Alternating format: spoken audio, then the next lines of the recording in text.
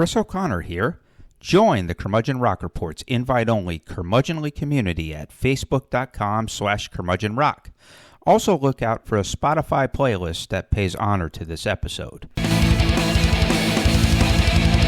This is the Curmudgeon Rock Report, and this is your podcast made by rock geek iconoclastic outsiders for rock geek iconoclastic outsiders.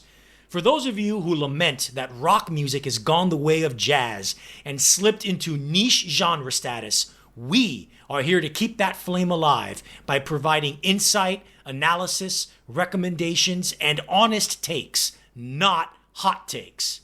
And hey, there's a good chance you'll learn some rock history you never knew before. When it comes to music, Seattle is synonymous with the 1990s because of the grunge rock scene that exploded out of there, even though it really started in the 1980s. However, the rock music scene of Los Angeles during this incredibly musically fertile decade of the 1990s was every bit as exceptional. In the last episode, the first of this two-part series, we covered all the great bands and albums that emerged in the first half of the 1990s. Many of those same bands and artists will be featured in this episode as well, as we cover LA rock in the second half of the 1990s. The Red Hot Chili Peppers got through turmoil to put out an incredibly underrated album, and, by the end of the decade, another album that is arguably their second masterpiece. Rage Against the Machine, having already pioneered rap metal with their epochal debut album, put out two more in the decade's second half that cement them as possibly America's greatest band at that time. Weezer follow up their smash hit debut record with an album that, while a commercial disappointment at the time, would stand the test of time as a landmark in the development of emo punk. Beck emerges from the threat of being a one-hit wonder with one of the greatest albums of all time, one that serves as a kaleidoscopic fusion of various and disparate styles and genres. In the process, he reinvents himself as essentially the David Bowie of his generation. Another artist by the name of Mark Everett, going under the name Eels, transcends the one-hit wonder status that he was saddled with a couple of years earlier to a stylistically eclectic but lyrically harrowing and devastating Dark Night of the Soul album created from the darkest recesses of family tragedy and trauma. It would also be the album that would define Eels from here on out and set them up as a beloved cult artist for the next century. Tool releases a prog metal masterpiece. Josh Homme rises from the ashes of stoner metal icons Kyuss to form a new, more enduring outfit.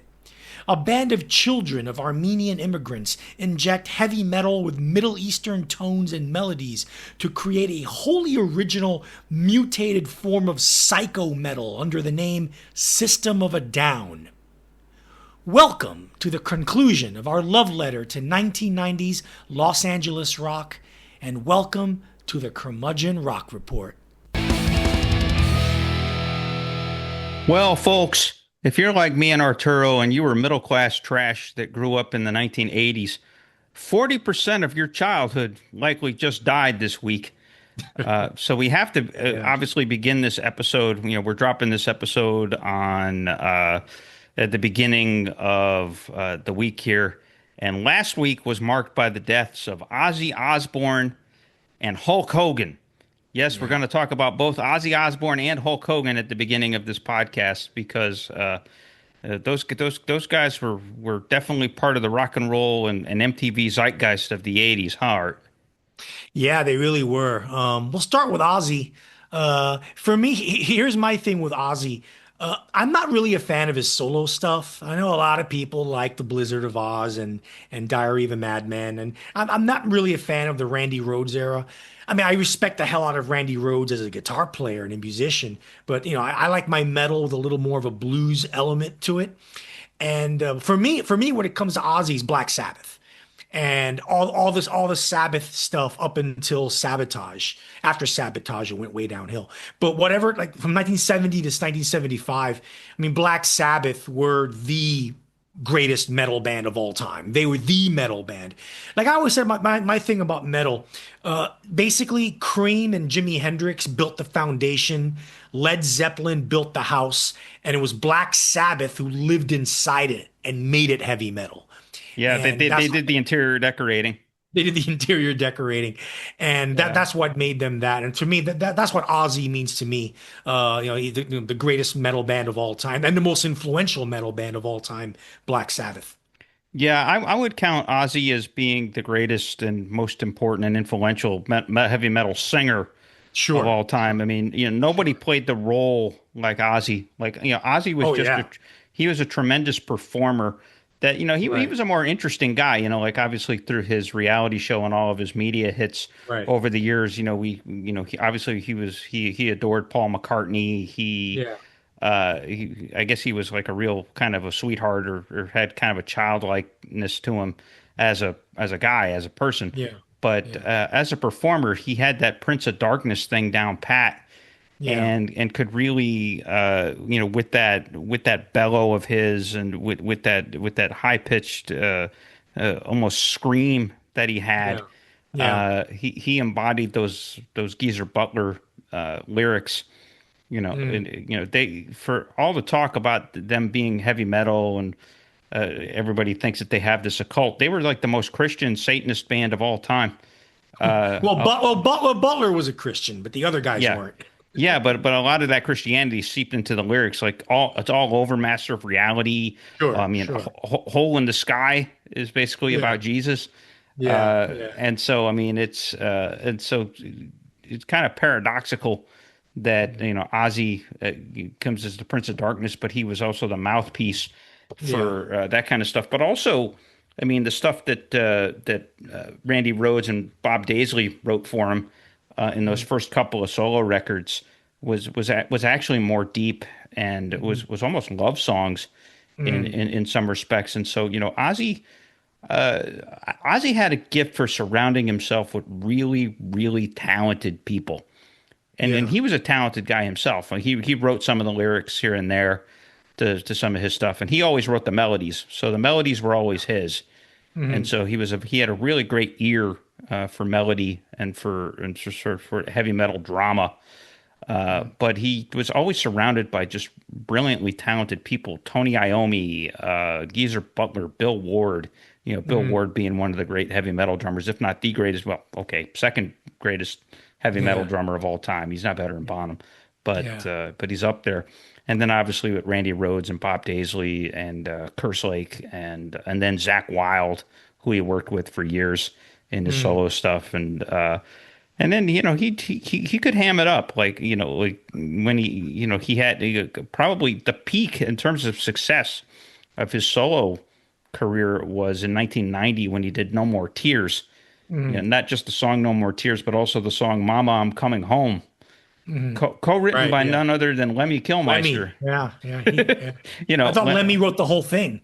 no, he co-wrote it. As far as I know, he co-wrote it with somebody else, but it just really he could play the part, he was the tender everyman of metal. As Yeah. well as being the Prince of Darkness, he was the tender everyman. So, but no, nobody embodied what heavy metal is all about more than Ozzy. Right. And not only that, but also between playing the role and then the drug use. I Yeah. mean, and the excessive drug use. He went from being a heroin head. He got fired for being a heroin head, being unbearable with Sabbath. Cleaned up from heroin, got himself, and then moved on to cocaine and Yeah. became like the most ripping cokehead. Like the story about him with touring with Motley Crue and getting down and snorting a line of ants. Yeah. Just because he was so fucked up and just showing off, and that's how crazy he was, and obviously biting the head off the bat that got thrown on stage, and You know, some of the wildest. That one, he really thought it was a toy rubber bat. Yeah, he thought it was he thought it was a toy bat, and he ended up somebody tossed him a real bat. You know, He needed to hey, get rabies shots for that. yeah, yeah, I know. I mean, hey, at least it contributed to the legend. I mean, the funnier one was getting so drunk in downtown San Antonio that he walked up to the Alamo and peed on the Alamo. While dressed in drag. Yeah, while dressed in drag and got arrested. Got arrested for that. So I mean, just legendary stories. I mean, he you know, like I said, he played the role of the heavy metal frontman, but he lived the lifestyle Yeah. to the excesses, and obviously it caught up with him here at the end, where you know he Right. had to perform this last show sitting down in a throne because he was too weak to stand. Yeah. Yeah, He was 76 years old too. He he was was really old. 76, but he had been suffering from Parkinson's for like 20 years. Yeah, I I mean, know. you know, Parkinson's has been sneaking up on him for a long time, and Yeah. you know, he gave an interview towards the end there where he said to get ready for that concert, to train up his lungs and all that, he had to stop taking painkillers. So Jeez. he was in like I guess really bad pain, Mm. and but giving it literally everything he had because that concert was like less than a month ago. Yeah. Yeah. The Black Sabbath celebration concert that had everybody in the Right. world on it. Right. You know, like pretty much every major band you can think of, metal band Yeah. was it played a part in that show, which kind of shows you the respect that Ozzy had. So Right. yeah, tremendous character. When I think about it, I've been listening to Sabbath all week, and to talk a little bit about that. Right. Uh, their catalog is just those first six albums are all tremendous. The worst of those albums is probably Sabbath, Bloody Sabbath, Yeah. which is not saying much because it's still a great album.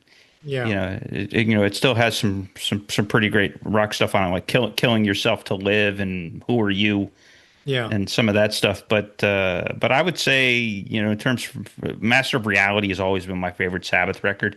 I think that's Right. one of the most influential albums of all time. It basically created both stoner metal and doom metal. I mean, come on, Yeah. Children of the Grave. I mean, just the best thing that ever happened in Norwegian metal. Yeah. You know, Yeah. and then so I would put that, and then I would rank Sabotage second. I love Sabotage. That I would that's go objectively Paranoid first, Master of Reality second, Volume 4 third. Yeah, and then Volume 4 would be third for me. Paranoid is a little further down. I don't know. I mean, Paranoid. Yeah, if you have to be objective, Paranoid's probably the most inventive of those records. I mean that's where they really solidified the invention, and that's where they became the interior decorators Yeah. to go back to an earlier crack. Yeah. But yeah, it's a special catalog. But I've been vibing on Sabotage, especially for the last 2 days. Mm. There's just something about that record that it just that's where the Ozzy persona, the Mm. post Black Sabbath Ozzy persona, kind of rears its head on that with the song "Am I Right. Going Insane?" Right. Like you know you first get the hint of Ozzy playing the macabre character as Mm. opposed to just being the lead singer of Black Sabbath. Right. But and then stuff like the Writ, which is just Mm. you know just gnarly as hell, and Right. Hole in the Sky and Symptom of the Universe. Yeah, just special stuff. Any other thoughts about Ozzy? Kicking it No, I back think over to you. we just about covered it. All right, so the other death that we have to talk about, because we're both big wrestling fans. Sorry, music fans, we got to talk about it because rock and wrestling in the 1980s, and it was all about Hulk Hogan. And here's the thing about Hulk Hogan. Hulk Hogan is the main reason why wrestling became as popular as it became, and the industry that it is today is founded on the stuff that Hulk Hogan did in the 1980s. Him and Vince Yeah, McMahon, of course, yeah, right? And he is the main reason why wrestling is a household name. He's the reason why wrestling went national and little kids got into it and families got into it. And he's the reason why you have multiple generations of hardcore fans of professional wrestling. Like me, I was a Hulkamaniac when I was a little kid, right? yeah. But I wasn't. I was one of those guys that like to root against. You know, I always rooted for the Macho Man. the Macho Man, right? Yeah, To beat Hogan, yeah, but that's a way of saying that completely embraced, or I completely bought the Hulk Hogan character.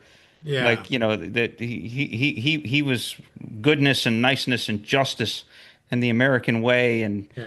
and do your training, say your prayers, eat your vitamins, Yeah. you know. And that's the persona. But when people say Hogan has a complicated legacy, it's for three reasons. Yeah. Number one, okay, number one, he was a terribly, horribly dishonest person. He would lie so much about himself and his career and other wrestlers and their careers. And it got to the point where these were lies that people could easily refute and say, no, it's not true. Yeah, he, he And he he was would the least reliable talking head in the history of wrestling. he was. Anything he says, you just do not believe what he said. And whenever he was confronted with his dishonesty, he would double down because of his ego, because of who he was.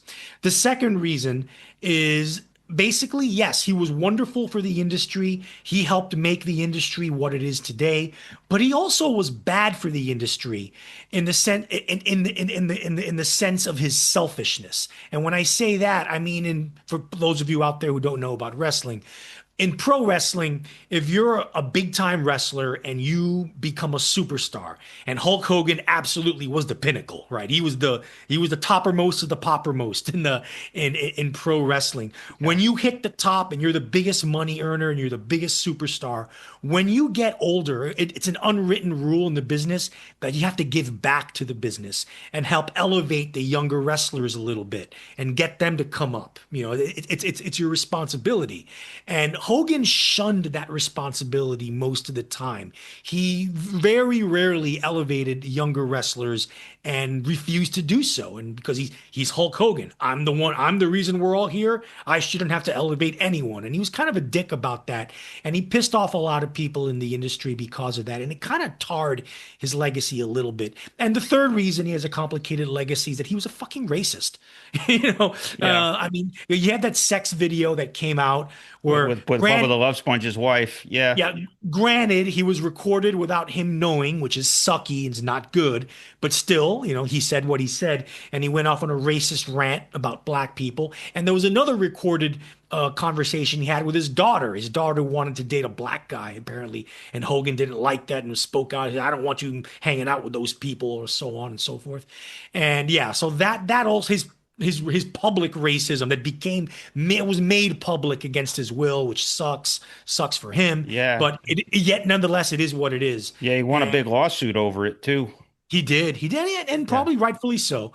But Yeah. but still, he got marked with that, and yeah, so that's why he has that complicated legacy. And yeah, but like I said, Hulk Hogan, and I mean, I do consider pro wrestling to be an art form in its own way, and with art, you have to separate the artist's work from the artist's personal life. You have to.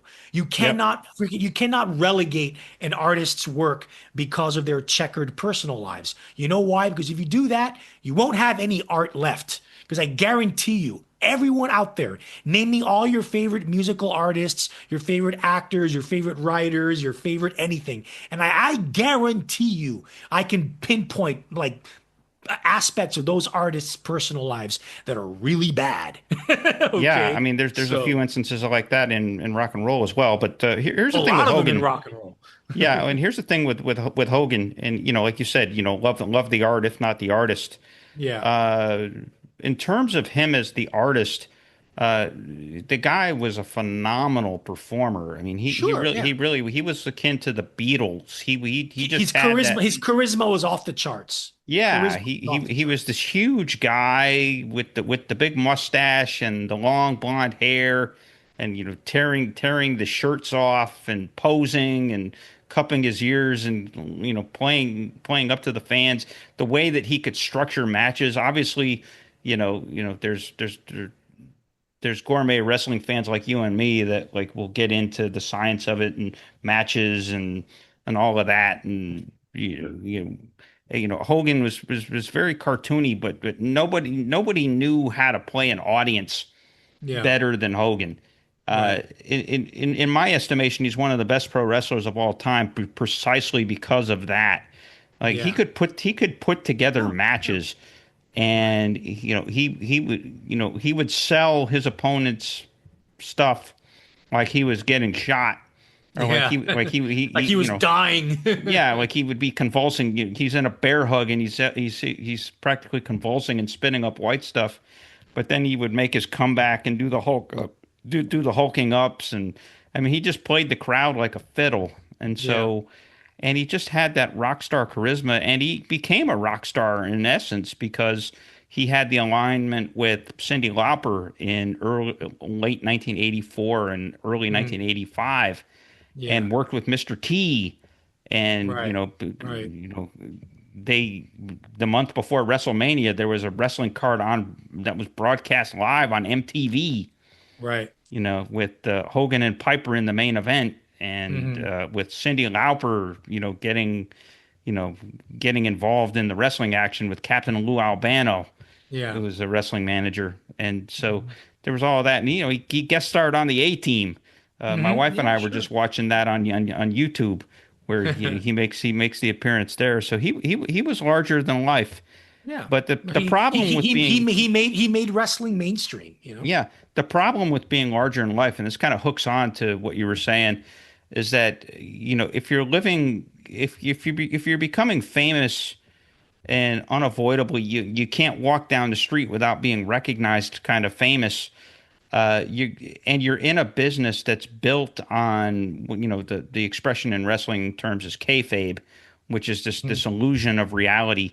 Mm-hmm. That your fake life is presented as your real life.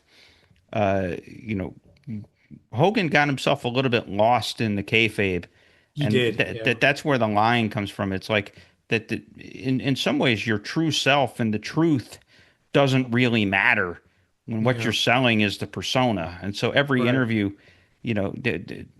people aren't interested in interviewing Terry Bollea. They want to interview Hulk Hogan.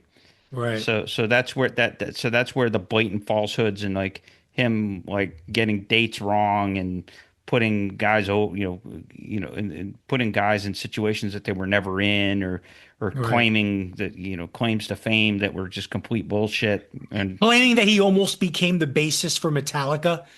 yeah. Yeah. Yeah. Yeah, I mean, but part of it is, but it was all part of the act, I think, for Hogan. I mean, that's why I kind of give him a break on that, because it's like, yeah, sure, it made him maybe a little bit of an asshole, but he had a shtick, and he stuck to the shtick, Yeah. and the shtick had nothing to do with the truth. The shtick was playing Hulk Hogan. You Right. know, I'm the best, brother. Yeah. Don't you doubt it, brother. Yo, dudes. And all of that, and then and I still remember. I mean, one of the best things I've ever seen in any form of entertainment was when he became a bad guy Oh yeah. In the end, in yeah. 1996 with the When he was NWO in when he angle. was in WCW instead of Yeah, when he WWE. was in WCW and he became a bad guy, and he goes and does the interview at the end of the match, where he's like, for a couple years I've been playing to the fans, I've been doing the movies, I've done the charities, all that, and right now I'm bored, brother. Yeah, and the way he played that up, and it just took on the villain. It instantly turned it from like the American hero to like the greatest villain that ever lived. And the way he did it so convincingly. It's the only time he ever put anybody over is when he had Nash and Hall alongside Yeah. him. But Right. it was in the context of making him the biggest star in wrestling again. Right. Right. And Right. so that's what you have to do. And then as far as the racism goes, I mean, I'm sure he's not the only cracker in wrestling, but he just got caught on tape. He got caught on tape. Yeah. Yeah, Yeah. which is unfortunate, but he didn't make it. He made things worse for himself, because he got invited to talk to the locker room a few years later, and Yeah. instead of saying I'm sorry for being a racist and I've learned my lesson and I respect you and all of that, he said, avoid the cameras, boys. Don't get duped by these cameras. You have to just pay attention. Somebody might be watching. Don't get caught, Yeah. was Yeah. essentially his message. So, Right. which is just kind of shitty, and kind of made him not look so good. A lot of people lost respect for him after that. It's like, come Yeah, on. and then obviously the last couple of years, and he had a phenomenal last year of his life because he landed himself a speaking slot on the Republican National Convention last year, where Yeah. he played talked up Donald Trump. Main reason, I don't think he necessarily agreed uh, with Trump's politics per se. I think that him and Trump went way back, because remember Trump hosted a couple of WrestleManias Right. in long gone Trump Plaza back in the 80s. But Peter Thiel is a billionaire financier backer of Trump, and Thiel actually bankrolled his lawsuit against Gawker, where he was rewarded $30 million settlement. Right. And so I think out of loyalty to Thiel is why he was stumping for Trump. Yeah. But he goes out there, and it resonated with all those crazy people, and Yeah. all those MAGA assholes. Well, then what happened? His very last appearance in a wrestling show, Yeah. he got booed out of the arena.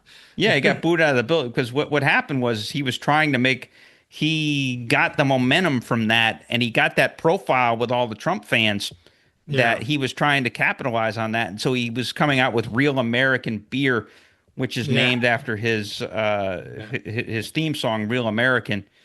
And so he was selling Real American Beer, and he was about to launch a professional freestyle wrestling organization, which is just a terrible idea. Yeah. They probably sold about 10 tickets, but they were Yeah. going to launch Real American Freestyle Wrestling Yeah. with Hulk as the commissioner. No, it was a WWE event. Was it the Royal Rumble or something? And he just came out, No, it was the first episode of Raw on first Netflix. episode of Raw, right? It was in LA on Netflix. Yeah, and it Netflix. was Yeah. in the arena in LA. the first Raw on Netflix. It was in LA. And he came out essentially to do a promo for his beer, Yeah, and he got booed out of the building. And so here we are, Hulk Hogan, the greatest star in the history of wrestling, the reason why everybody is in the arena, the reason that wrestling is a thriving international global business, and like even the guys in the second and third rate leagues are making $1 million a year. Yeah. More than $1 million a year, and they're all making this money because of Hogan, and the fans are in the building there, and he used to be beloved. Now he's getting booed. Yeah. So much for kayfabe. Yeah. Yeah. Yeah. So Well, that's, R.I.P. Hulk. You were a bit. Your persona was a big part of my childhood. yep. There goes my 10-year-old self. Chris here again. We usually end our episodes by inviting you to join our Curmudgeonly community page on Facebook. Well, we're picking up our efforts there. Know people just as passionate as us about rock and roll? Invite them to join in the fun. You don't actually need our permission to do so. Also, expect to see a lot more content up there moving forward. Our mission is to engage you, so darn it, we'll engage you like a fire hose.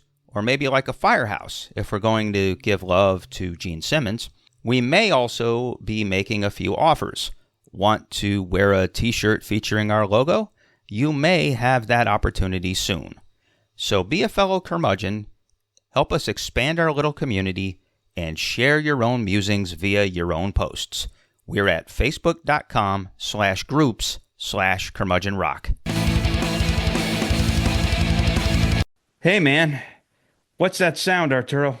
It's What's the that sound that's telling us that we're going to go into a parallel universe version of reality that's much better than the one we live in now. Absolutely, the parallel universe, baby. We're ripping the space-time continuum, and we're now entering the realm of the parallel universe. Now that we've exhausted ourselves talking about Ozzy and Hogan, let's live for today and today's music. And in this parallel universe, today's rock and roll is still highly, highly relevant. It's still selling out the stadiums. It's kind of funny because Oasis played Wembley this weekend, and so that counts as a nostalgia act at this point. Yeah. But it still shows that a rock band can sell out a stadium. Right. So that's still actually something that happens in the real world. But in this world, a young band that has just up and coming in the last 5 years can sell out a stadium. and can get on the cover of Rolling Stone and can be all over and can reach the top of the Billboard Hot 100 and the Billboard album the 200 albums chart, and can still be an enormously successful thing, rather than the niche that rock and roll has become. So that's a conceptual way of saying that the parallel universe is the segment of this show, folks, where we cover albums by new and songs by new and newish artists. I say newish artists because we don't always do albums that were released just this month. Sometimes we go into last year or even 10 years ago to cover relatively recent records. But we want you to stay as current as we try to, and we're imparting the knowledge and the goodness of modern rock and roll for you here in the parallel universe. So with that said, Art, who are you covering, and who are we talking about in this edition of the parallel universe? Right. Well, putting the British indie rock band Wet Leg in our parallel universe is a bit dishonest, if we have to be honest. The single Chase Long was a viral YouTube hit in 2021, and the next year, when their self-titled album came out, it became a worldwide hit on radio. The album itself charted in the top 10 in several countries around the world, and Chase Long itself actually won a Grammy. I guess you can say that in a parallel universe where rock music is, in general, is still a viable pop cultural mainstream form of music, Wet Leg would be even much bigger than they are now, which is considerable. I was going to say, winning Grammys doesn't mean much these days because it doesn't come. A lot of times that doesn't really come with sales. So that's just a footnote. Yeah. That's true. But anyway, they would be much bigger than they are now in this parallel universe, which is considerable considering that they're quite big now. But anyway, let's talk about their second album, Moisturizer, which came out a little over a week ago. When I reviewed their self-titled debut a few years ago on this podcast, I described them as Britpop era Blur mixed with the lighter side of the Breeders with a little bit of the Strokes sprinkled in. That formula generally still holds, except this time large doses of 1990s Britpop stalwarts Elastica are injected into the mix, especially with the first two amazing singles off the album, Catch These Fists and CPR. Elements of shoegaze pop and light grunge also pop up with the tracks Don't Speak and Pillow Talk, respectively. Trust me, by no means is comparing Wet Leg to Elastica a criticism. In the past, this podcast has gone at length describing the greatness of this most underrated of bands, and will do so again in the near future. Anyway, back to Wet Leg. The touring band for the previous album's tour cycle is now an actual part of the band, as evidenced by the songwriting credit they get throughout the album. The result is a sound that's more expansive, meatier, thicker, more rocking than the debut album. That, combined with the more refined songwriting, resulting in sharper hooks and quirkier, more earworm melodies than on the debut, means yes, this is a better album. Rian Teasdale is the lead singer and principal songwriter, but guitarist Hester Chambers, the other half of Wet Leg's creative core, is the real secret weapon on this record. Her lead lines are excellent throughout and provide the album's musical foundation. My only complaint is that there are a few too many lovey-dovey lyrics, a few too many songs where Teasdale's going on and on about how much she's in love with her partner. 2 or 3 songs of this is fine, but 5 or 6 is a bit much. Get a room, Anyway, fortunately, that doesn't dilute the album's delectable pop rock impact.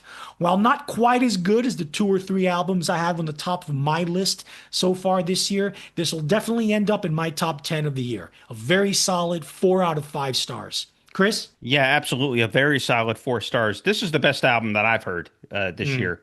I would put it at the top of my list. So that's pretty thin. I mean, there's albums by Mdou Moctar and the Tubbs that are kind of on a par, that are a little bit below this one. But most of what I've heard this year has been 3 to 3.5 stars.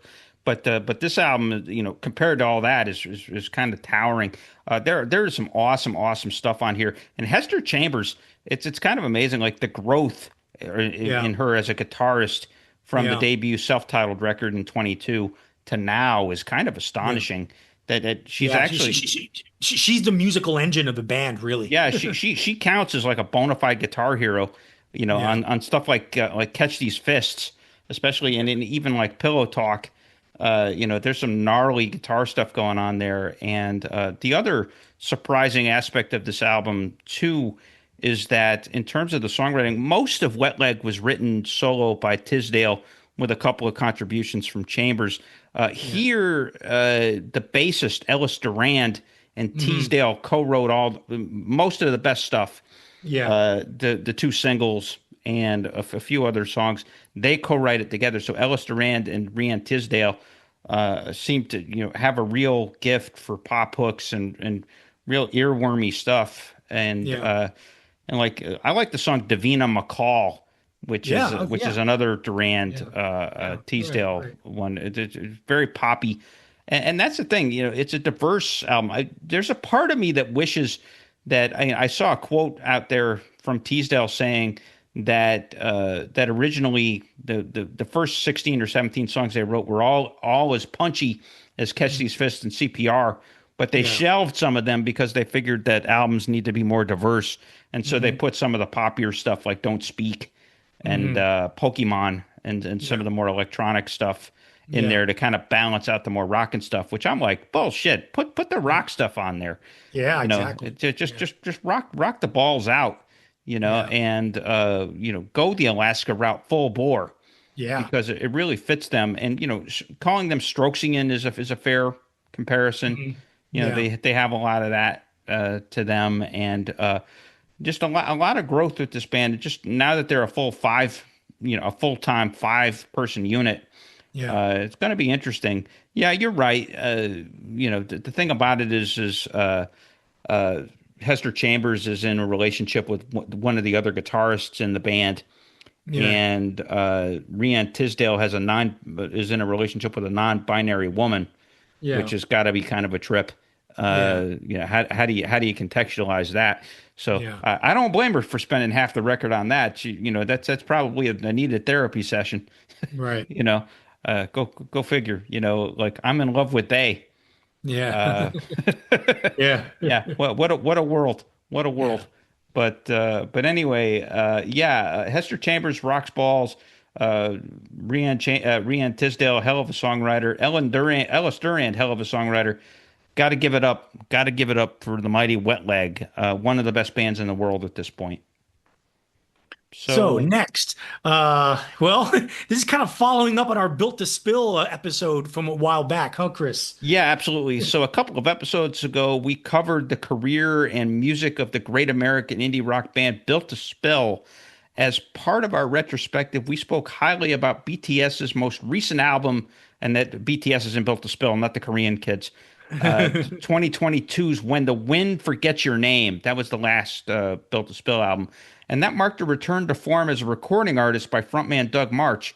The album was perhaps most noticeable for its use of a new rhythm section, which were these two guys from Rio de Janeiro, Brazil, named Lei Almeida and Yao Cassis. I'm having a hard time pronouncing this. Yao Cassis. Collectively, Almeida on drums and Cassis on bass comprised one of the best rhythm sections March had ever worked with, possessed as they were with a quirky sense of rhythm. Almeida and Cassius also co-produced the record, giving the proceedings a more psychedelic sheen than previous BTS albums. Well, it turned out that Almeida and Cassius were members of a Brazilian quartet named Orua. It's Orua. Orua. Orua, yeah, because it's in Portuguese, when the tilde is above the A, that denotes intonation. So, and the tilde is above the A, so it's O-R-U-A with a little thing on top of the A, Orua. Orua. Yeah. As opposed to Oruya. It's Oruya. Orua. So, March had met these guys a while he was on tour back in 2019 in Brazil, and he soon was using them as his backing band on that same tour. That they played some gigs together, and soon after, March recorded the basic tracks for When the Wind Forgets Your Name with the Aruya guys in late 2019 before returning to America. And during the COVID pandemic, when everybody was on lockdown, the three guys essentially traded tapes as they enhanced and built on what they had recorded and realized the complete album. They brought it to fruition and worked together. And on that, again, Almeida was on drums and Cassius was on bass, and they kicked ass. Well, when in the course of revisiting When the Wind Forgets Your Name for that episode, that excited me personally, and it got me to wondering, what had Orua been up to in the past few years? And that leads to the rest of this discussion. Orua, in which Almeida plays guitar and sings, and Cassius plays keyboards and synthesizers, released their fourth full-length album in 2024.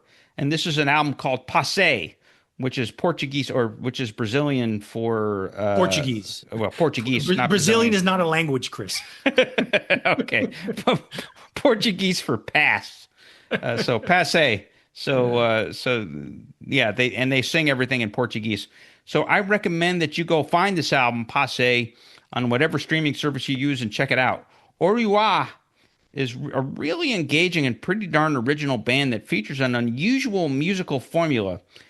These guys take 1960s style acid jazz and they blend it with 1970s style krautrock and 1990s style American indie rock. The resultant music they make is hypnotic, trancy, and groovy, while also being melodic and heavy enough to pass for modern day college rock. Their songs can really be intoxicating, and Passe ranks as perhaps the band's finest work to date. Essentially, this album sounds like the bastard child of Built to Spill and French lounge rock legend Stereolab. French and British. French and British. Yeah, okay. Yeah. Stereolab. It plays like easy listening college rock, really.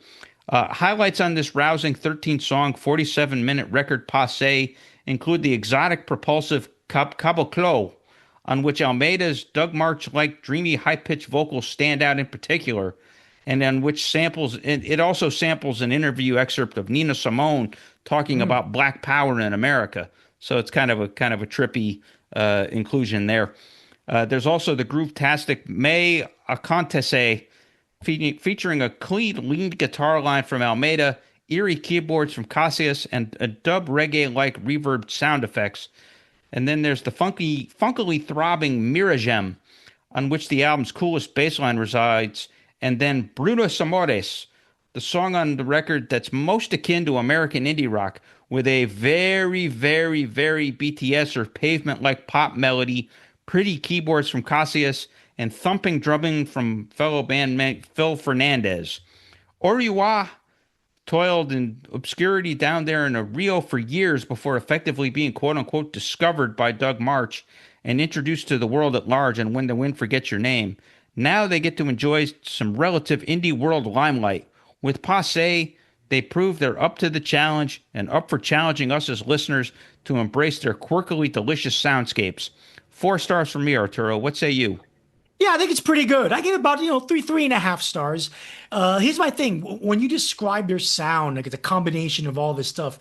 For me, I think the indie rock is way, way, way heavier in that ingredients list than you let on. For me, this sounds a lot like Brazilian Built to Spill. Yeah. Every time the lead singer opens his mouth, he sounds like he's doing a Doug March impersonation. Yeah, I mean, pretty much is. Almeida sounds a lot like Marsh. Yeah, and which is why Doug March hired them to work with him for that album. And as far as their music goes, it's a lot like Built to Spill's music, except without Built to Spill's expansiveness and without their without the guitar pyrotechnics, and without the guitar, because no one's as good as Doug March, and without the eclecticism and the versatility that Built to Spill has. That sounds like it sounds like I'm criticizing them, but I'm not. No, I mean what they do quite well. It's not damning with faint praise. It's a pretty good record. It's a fun record to listen to.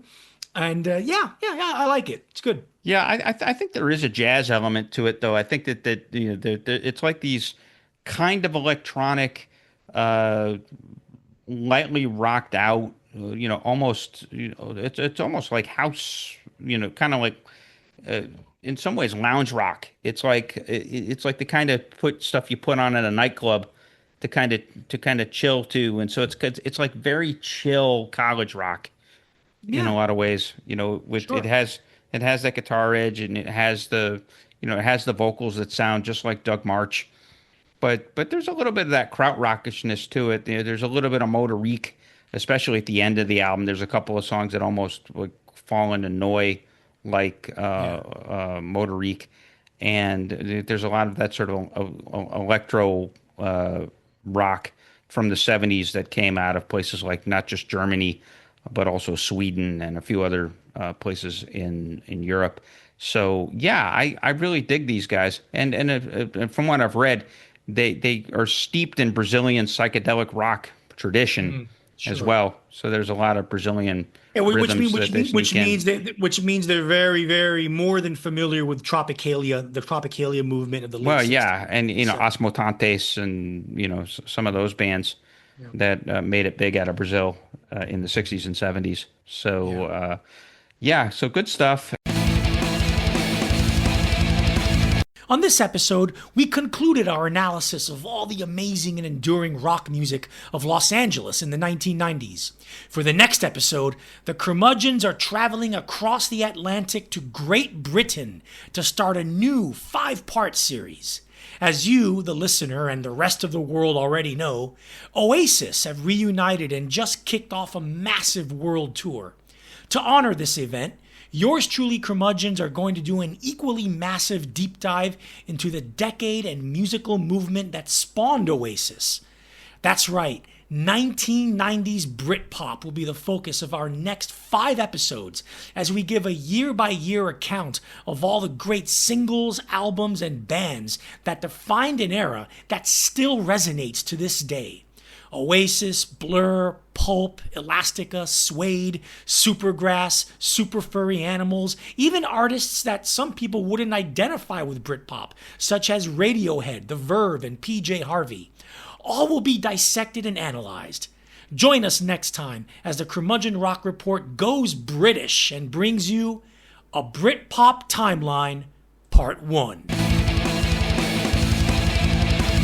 Los Angeles Rocks in the 1990s, Part 2. Yes, so this is the rest of our discussion of the City of Angels and the music that came out of that city and of that greater area, really, because it was, Los Angeles is kind of weird. It's like one of the great suburban cultures in all of the world, and so it wasn't just Los Angeles, but it was places like Anaheim and Bakersfield and Palm Desert and places like that really stood out and gravitated towards LA as kind of being the bullseye in the scene. And so we're talking about the late 90s now. Mid to late 90s. Mid to late 90s, 1995 to 1999, the second half of the decade. We covered the early part of the decade in the last episode, so now we're looking at the late part. And here, this is kind of the post the rise of grunge and post the rise of people wanting meaning in their rock and roll. And so it really kind of shook things up. And so it was a real opportunity for some of these bands and for some of these styles to find the light of day because, and finding a fit in this sort of search for meaning that started with the bands in Seattle in 1991. So with that said, Arturo, set us up for our larger discussion here about the artists and the albums we're going to cover. All right, well, so where are we? Let's see. Kyuss, arguably the greatest stoner metal band of all time, are on the verge of breaking up. The Red Hot Chili Peppers could have dissolved after the departure of guitarist John Frusciante, but instead persevered with an excellent replacement in former Jane's Addiction guitarist Dave Navarro. Rage Against the Machine are poised to become one of America's biggest and finest bands. Tool are poised to release an epochal masterpiece of progressive rock, progressive metal majesty. Beck is poised to stun the world with a genre-hopping masterpiece that would define his career forever. And Weezer are poised to stun fans and the music industry with a truly gnarly, emotional powerhouse of a record that would take years for people to come around to. Yeah, I was going to say, initially they just confused the shit out of people. Yeah, the now it's considered a classic, But first, let's start with a band that emerged from the ska punk underground of nearby Anaheim in Orange County to produce an international blockbuster album in 1995 that brought ska punk roaring into the mainstream. Chris? Yeah, absolutely. We're gonna start our discussion by talking about, of all bands, No Doubt. and their huge album Tragic Kingdom. And it was an album that was so huge we can't ignore it, and we're going to lead off. And so this happens in the latter half of 1995 into 1996, and there's an explosion of No Doubt into the American consciousness. And so let's start talking about this band. No Doubt hailed from Anaheim, California, which, being a half-hour drive away from downtown Los Angeles, was close enough to be considered Greater Los Angeles. The band was part of an eclectic scene whose musical aesthetic combined ska punk with new wave and bubblegum pop, a splash of funk, and heavy doses of skater culture vibes. Contemporary bands included Fishbone, The Untouchables, and the eventually nearly as successful Sublime. Now, Sublime is arguably the more interesting of the bands, or maybe the most interesting of those bands, but it's the enormous blowaway success of No Doubt's 1995 album Tragic Kingdom that lands this band and this album in our discussion of the influence of LA on rock and roll in the late 1990s, or the mid to late 1990s. The band, No Doubt, started by friends Eric Stefani and John Spence, dated back to 1986, and that band endured years of struggle, hardship including Spence's suicide, and years of frustrating obscurity before striking it big. The biggest shift in the band's march towards stardom occurred when Eric Stefani, dissatisfied with touring and the lack of commercial success, left the band in 1994, which put Eric's sister Gwen Stefani, you've probably heard of her, to assume leadership of the band. And Gwen Stefani, a compelling, charismatic, and undeniably beautiful frontwoman, ran with the opportunity, taking on the responsibility for the band's lyrics and feminizing No Doubt's otherwise macho SoCal image in the process. Due in large part to the instability at the front of the band's lineup, and also to the drawn-out breakup between Stefani and No Doubt bassist Tony Kanal, and additionally some uncertainty over the relationship between the band's record labels, Interscope and Trauma Records, Tragic Kingdom was recorded over the course of 2+ years. The album, which was recorded in a total of 11 LA area studios, was finally released in October of 1995. Things stretched out enough that a couple of Eric Stefani's particularly ska-heavy compositions made the album's final cut, even though he was no longer around. Sales and the momentum of Tragic Kingdom were slow out of the gate, but early in 1996, the catchy anthemic single Just a Girl caught on with rock radio programmers and began an ascent into the top 25 of the Billboard Hot 100 singles chart. Gwen Stefani's cooing vocal performance on Just a Girl and the song's lean ska and new wave inflected instrumentals triggered understandable comparisons to Blondie, whose own female-fronted mastery of pop radio hooks had garnered it fame nearly 20 years earlier. Just a Girl proved to be just the start of a tremendous 2-year start for No Doubt.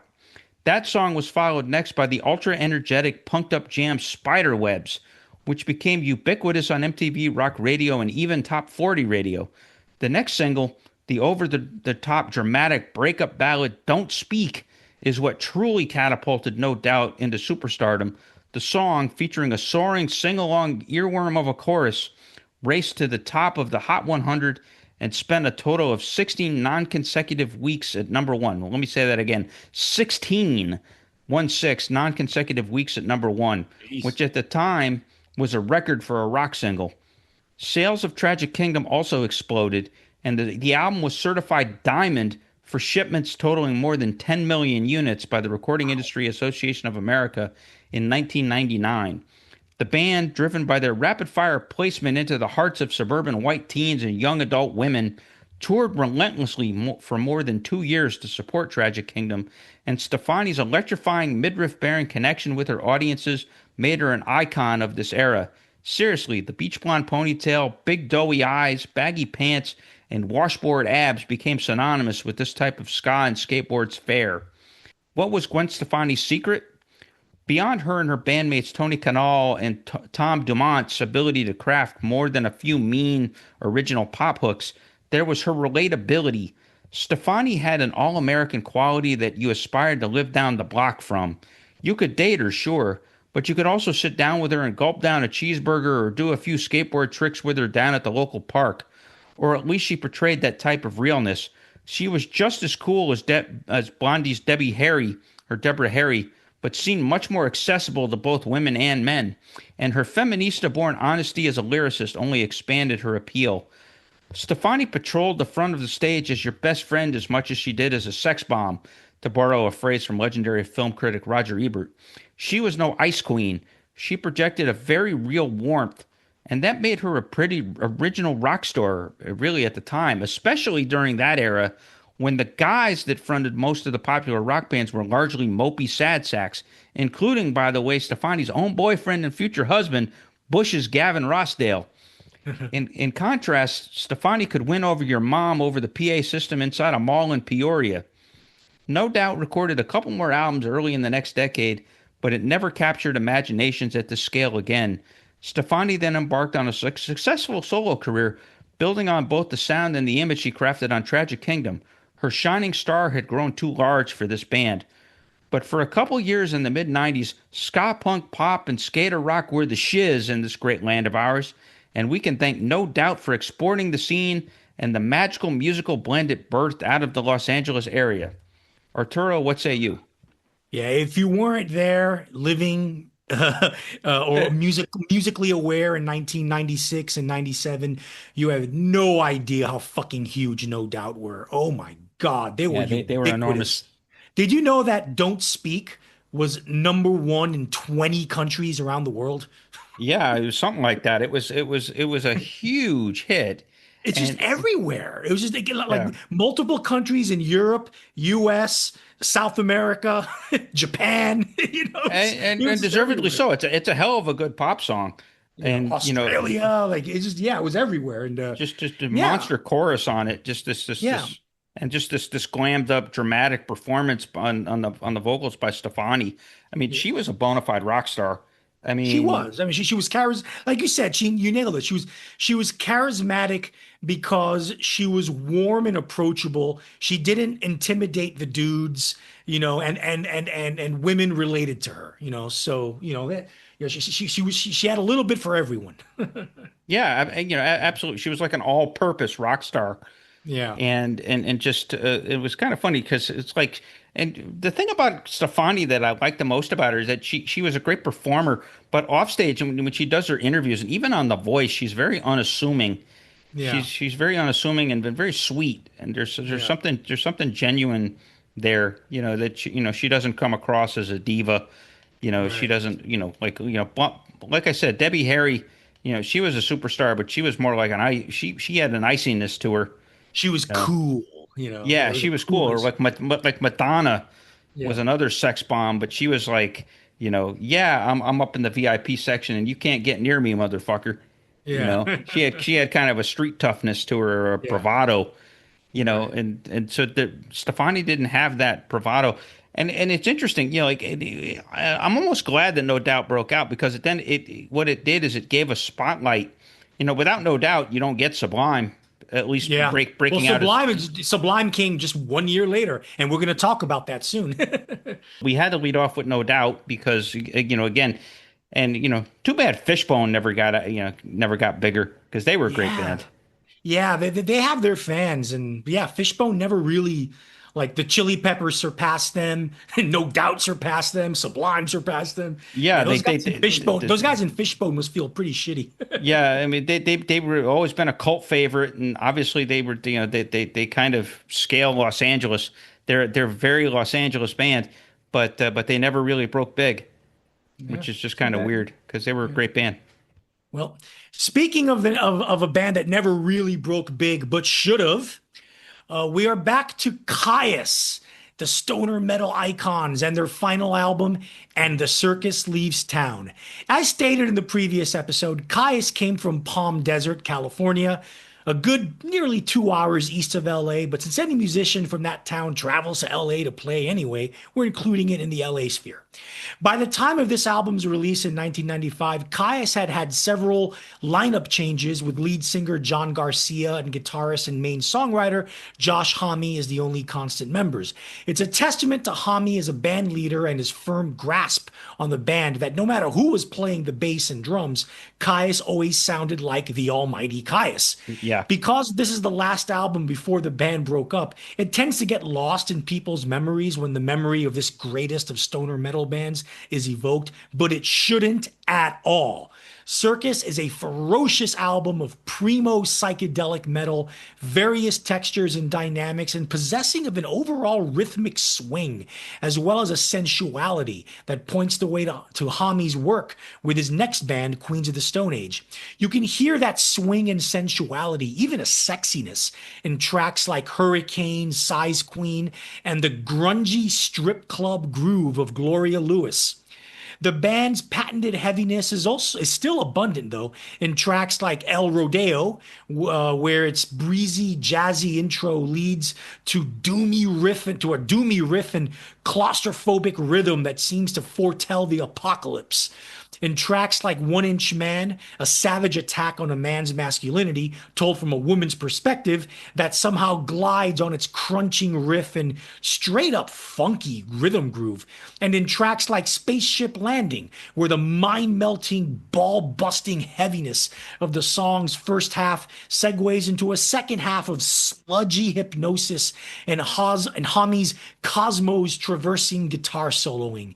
It's hard to find a band whose final album is this powerful and this fulfilling. Chris? Yeah, good record. It's not as downtuned, or it's not as bass heavy, and it's not as purely sludgy as the couple that came before it. Yeah. But it has its merits. I think that it's kind of a bridge record between Kyuss and Queens of the Stone Age. Yeah. And especially because I think Hami is letting more loose as a lead guitarist on this record than he had in previous iterations, like Hurricane and El Rodeo and Jumbo Blimp Jumbo, Tangy Zizzle, songs like that. He lets loose as a lead player in a way that he hadn't quite done on the other albums. The albums are more, with the exception, there's a couple of those long jammy tracks right on a couple of the records where he gets to kind of show off. But here it's more of a feature than a bug with him as a lead player. So so that's just really interesting to me. The other thing about it too is that there's more writing contribution from their new drummer Angel Hernandez, and more writing contribution from John Garcia than on previous records too. So it's a little slightly more democratic. It's not just Josh Homme's vision on here. And and maybe that the grip was loosening, or Homme was looking elsewhere, or maybe in his mind he was winding this band down. So that's the thing. It's still a great record. But it's a little bit of a step below the other two records because he's in transition at this point. Yeah, right. All right. So next, an album that I have a lot of affection, a major band's album that I have a lot of affection for, but it's really lost. It's a lost album in their discography for a lot of people, and it shouldn't be. Chris, tell us about it. You're reading my notes. We're talking about the Red Hot Chili Peppers album, One Hot Minute from 1995. One Hot Minute is kind of the lost album in the narrative of the Red Hot Chili Peppers' rise into ongoing dad rock relevance. The band's albums with on-again, off-again guitarist and spiritual capstone John Frusciante capture most of the attention, and in some ways deservedly so. Mother's Milk, Blood Sugar Sex Magic, and Californication are all special albums. We'll talk about Californication later in this episode. But let's not discount the Dave Navarro chapter of the Red Hot Chili Peppers history. 1995's One Hot Minute was the only album the band recorded with the one-time Jane's Addiction stalwart. Navarro joined the band after Frusciante, disenchanted with life as a touring musician and badly addicted to heroin, quit suddenly early in 1992.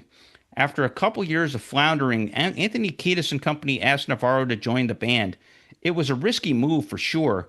The Red Hot Chili Peppers at that point in time had a very clearly defined rock and roll lane, which was to seamlessly blend the funk of George Clinton with the punk energy of X and the Dead Kennedys. Jane's Addiction had broken out big precisely because it eschewed lanes for something beautifully undefinable and richly diverse, liberally grabbing from lots of different styles of rock, including just a dash of funk. Would Navarro fit into the Peppers' template and or wheelhouse? Would Navarro help Kiedis, Flea, and drummer Chad Smith venture into freakier, more uncharted territory? How would these seemingly disparate pieces fit? Pretty damn well, it turns out. One Hot Minute is the sound of several LA rock icons meeting each other in the middle. They start the album on an unusually metal-tinged note. Warped may be the hardest that the Chili Peppers ever rocked on an album, blasted forth by a monster riff and wacky soloing from Navarro, but also accompanied by a thunderfuck bass line from Flea. Meanwhile, Kiedis does a great impression of Perry Farrell with stretched, floating, echoey vocals that point towards pure bliss. The song ends with surprisingly pretty and drama-inducing coda. Warped is followed immediately by Airplane, which is a much more conventional Peppers-style funk rocker with a patented slap Flea bass, funk bass line and disciplined strumming from Navarro. Kiedis engages with this increasingly competent soul singing. He's a long way down the road from his Party on Your Pussy sophomoric joke rapping at this point. Navarro ends the song with a terrifically melodic solo, finding a way to metal up the proceedings in his own subtle way. Later, the band goes the acoustic ballad route, serving up the exceptionally pretty and sentimental My Friends. The cool thing about this song is that it wouldn't have been out of place on either Blood Sugar Sex Magic or Jane's Addiction's Nothing Shocking. They managed to find the spirit animal that marries the best of each band into one sublime package. Turns out these titanic LA bands had considerable influence on each other after all, and it's on magnificent display here. The album's title song, One Hot Minute, similarly melds the two bands' influences, rocking deep and hard, with both a slow-burning, bottom-heavy thump and a psychedelic metal sheen evident over 6.5 awesome minutes. Ultimately, though, One Hot Minute doesn't steer all that clear from the formula that done brought the Chili Peppers to the dance. At the end of the day, this is still in an overall sense a hump-to-bump Chili Peppers album. Navarro essentially does an impression of Hillel Slovak and Frusciante, his predecessors, on hard-charging boppers like Walkabout, Falling into Grace, Coffee Shop, Shallow Be Thy Game, and One Big Mob, the latter of which manages to both conjure up the anarchic party energy of 1985 Chili Peppers album Freaky Styley and get wholly experimental with a droning midsection. It's impressive to hear Navarro put little sly spins on the sounds that Slovak and Frusciante revolutionized before him. While it must have really been hard for him to function in a narrower box than he was probably used to in Jane's, it's a testament to his talent that he repeatedly pulls it off on this album. As it turned out, Navarro was a game but temporary soldier in the Chili Peppers army. Frusciante was much more of a simpatico jammer with the wild child that was Flea, and when Frusciante cleaned himself up and reconnected with the band, Navarro was out.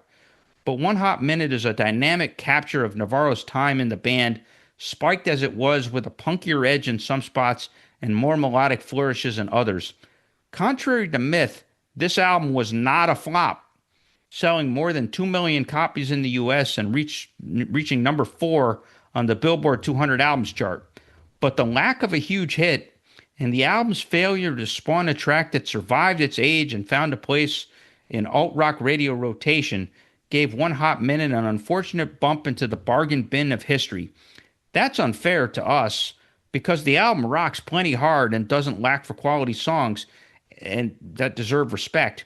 Really, it's kind of a historical document of two great tastes going stunningly and amazingly well together, kind of like an LA rock super friends coming together. One Hot Minute is worth celebrating forevermore. Arturo? Yeah, I mean, this is their heaviest album, and that's not a bad thing at all.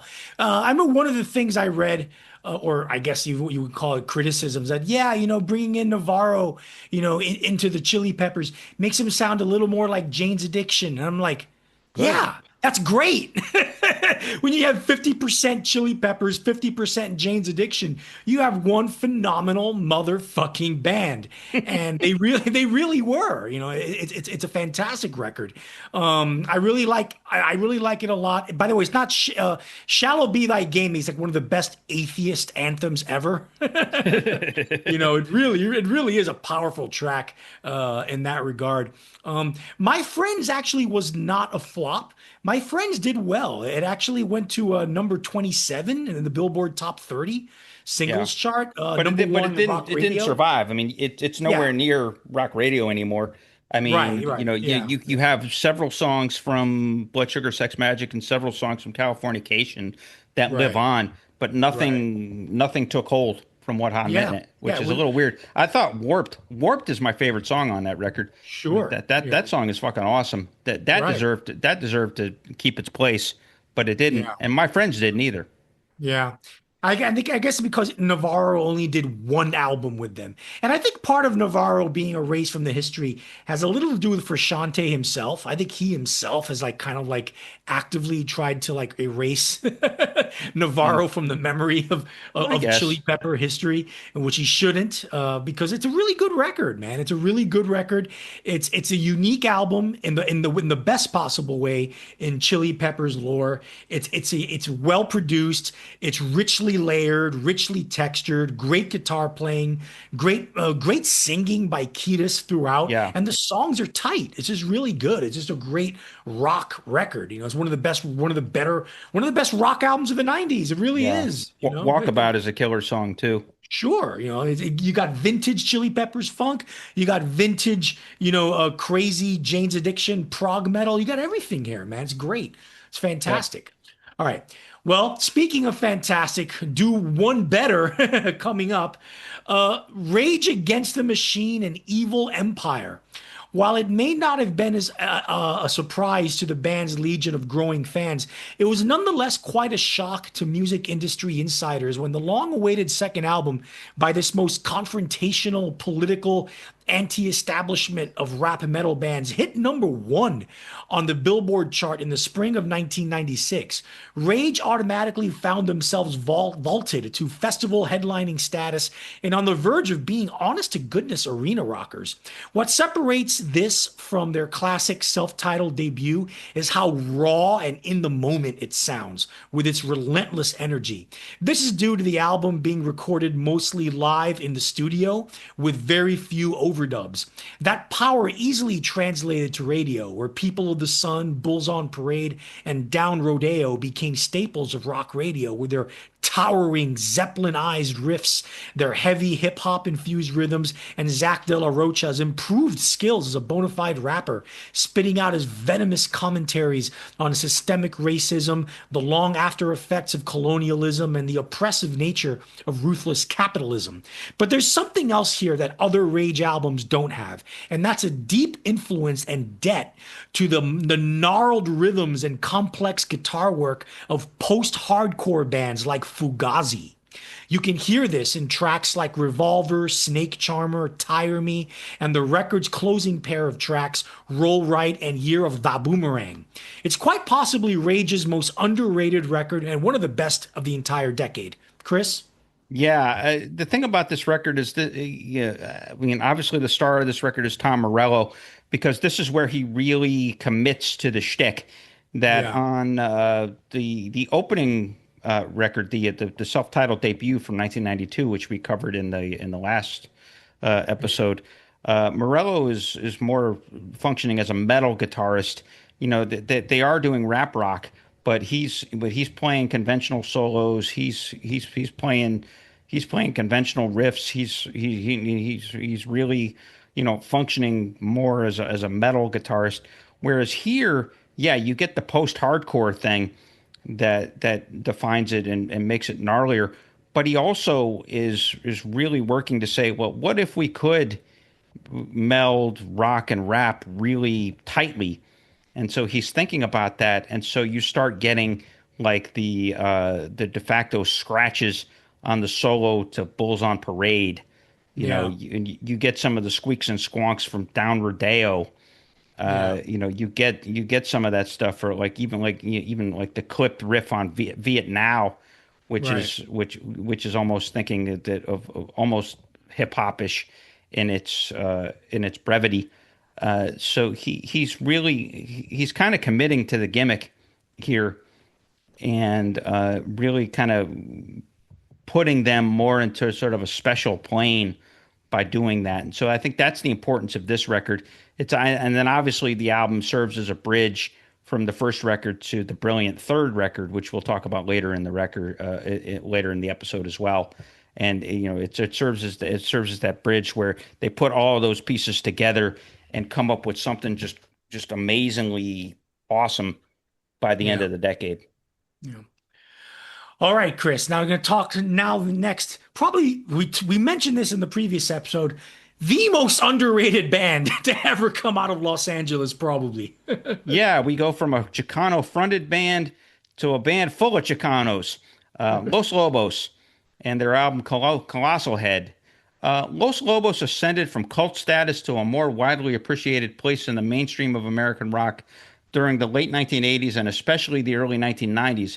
Its albums, The Neighborhood and Kiko, both of which we covered on part one of this LA series, served up imaginative blends of Mexican folk, blues, rockabilly, jazz, and other shades of Americana. Those albums established Los Lobos as one of the best bands in America and certainly the best rock band to ever come out of the Chicano neighborhoods of East Los Angeles. The success and raised national profile, however, did not go to the members of Los Lobos' heads.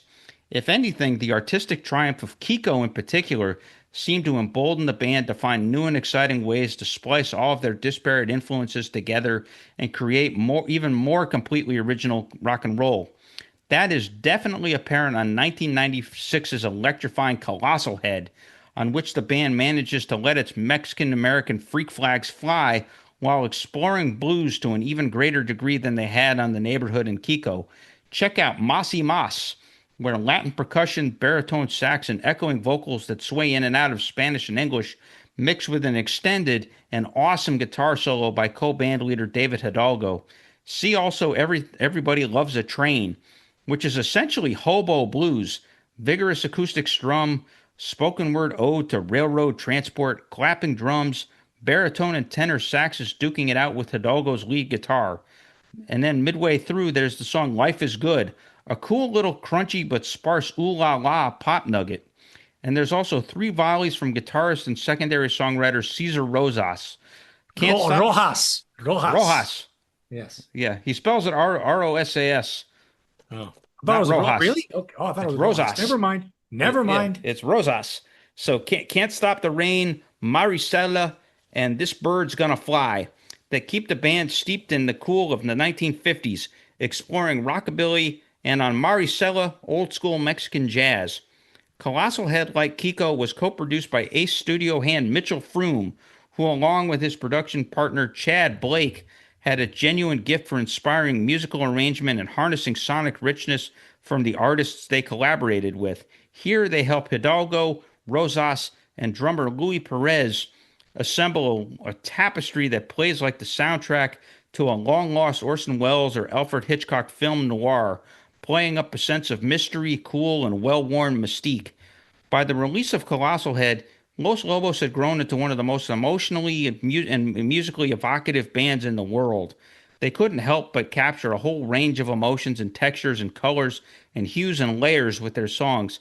They ingeniously found a way to bring both the vibes of the traditional musical Mexican music they played at local LA weddings for years and the old and long gone days of the Big Bopper, Gene Vincent, and other rockabilly stars into a rock and roll form that was wholly their own. Colossal Head only furthered their legend, bringing their oddball East LA bred sensibilities even closer to Middle America. It was one of the neatest feats of the entire 90s. Arturo?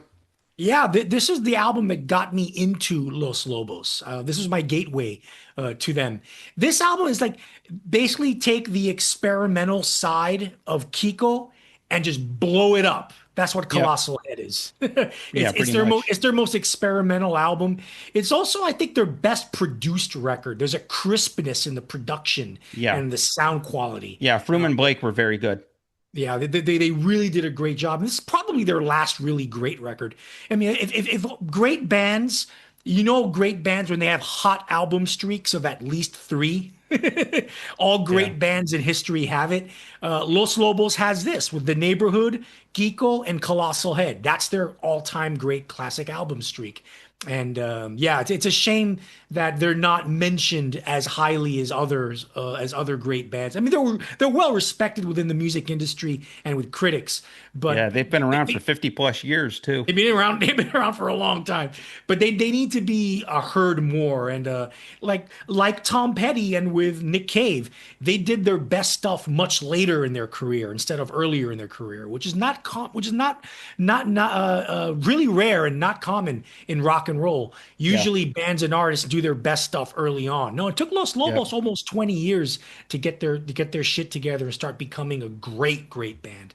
Although, yeah, I mean that album from 1984 is really good though. Right. When will the wolves come out or whatever it's called, Right. or Yeah. yeah, that's actually a really good record. But yeah, they grew and grew and grew and grew. It was the embrace of the blues that really kind of set them apart.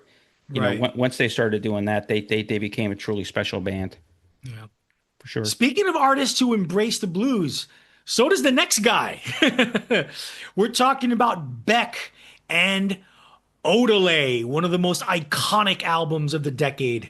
Right before this album emerged in the summer of 1996, Beck was seen as a pretty talented indie alternative rocker whose fusion of folk, blues, noisy punk, and hip hop beats was essentially a novelty that already peaked with the classic single Loser from 2 years previously. That notion was put to rest when Odelay's opening single, Where It's At, when that became a hit on rock radio and MTV with its swampy funk groove and its giddy use of hip hop style samples that give the track the feel of a dizzying collage of sound. More importantly, the album received unprecedented levels of rapturous reviews by music critics, declaring it an instant classic, a status that the record still has to this day. However, the release of Where It's At only gave a small glimmer into the wondrous richness of this album, produced by the Dust Brothers, the same crew that produced the Beastie Boys' 1989 masterwork Paul's Boutique. On Odelay, Beck seems to travel through time and space, traversing multiple eras of popular music, bringing as many genres together as possible, all tied together with his thoroughly postmodern approach to the art of hip hop sampling and, most importantly of all, his masterful and highly lyrical songwriting. Blues, folk, country, funk, hip hop, noisy indie rock, punk, electronic dance music, Brazilian bossa nova, and disco all merge into a kaleidoscope of sound, with Beck sometimes jumping genres within the same song. Yep. Devil's Haircut, the album's second single, is actually one of the most traditionally indie rock tracks on the album, Yeah. but it's nonetheless brilliant with its dirty-ass guitar riff and its seamless fusion of old-school R&B and hip-hop with stabs of electro and country. The New Pollution, the biggest hit from the album, is an infectious blend of 1960s lounge pop and Motown pop, with a clever theft of the bass line from the Beatles' Taxman. It's the greatest song the 1960s never gave us. Yep. Track by track, it's a perfect album of awe-inspiring invention, innovation, and unmatched originality. Easily one of the greatest albums of all time. It's one that Beck, to this day, has spent the rest of his career trying to live up to. But if only most bands and artists had that quote-unquote problem. Chris? Yeah, that's for sure. I mean, when he was what, like 26 or something when he did this record. So Yeah. he's this young guy and he strikes gold with this record, and it's as good as you say it is. I mean, it's just a lot of great stuff. Like Jackass is a great song.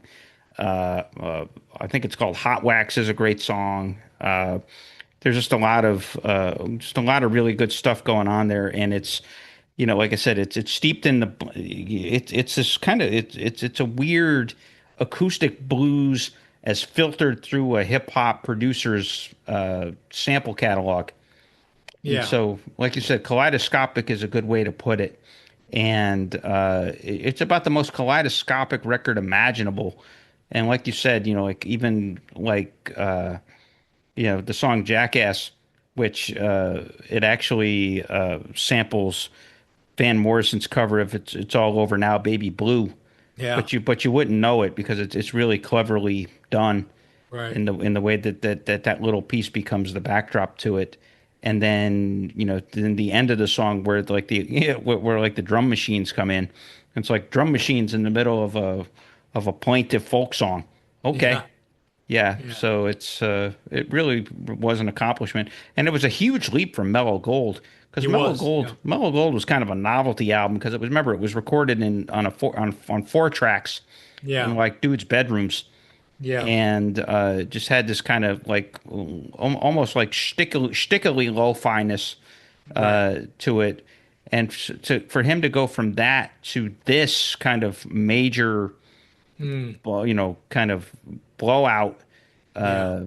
major budget, whatever you would call it, bash Yeah. out with the Dust Brothers is just was stunning at the time. I remember being stunned. First time I heard this, I was like, I can't even believe it's the same guy, Yeah. because it's like so cohesive and so powerful and like so together and just so fun. It's a fun ass record too. Like Devil's Haircut, like you said, it has that killer riff, but then it has that breakdown in the bridge where all of a sudden it turns into like this almost like a soul, almost like a soul funk, like James Brown kind of breakdown in the Yeah. middle of it, and then it Yeah. goes back to being indie rock. It's just a very weird thing, but cool, and it works. That's the thing, all these disparate pieces work on this record, and And so the that's reason it works is because the songwriting is so tight. yeah, His songwriting is kind of like is the underrated unspoken engine of this album. People are like, oh, the pastiche of sounds, the collage of genres. Yeah, that's all correct. But it's the songwriting that keeps it together. Beck was a great songwriter. People yeah. forget that. But he also, the songwriting credits on this record, the Dust Brothers get co-credits on all but three Sure, songs. sure. So they collaborated with him. So, in terms of, like you said, some of that pastiche is baked into the songwriting.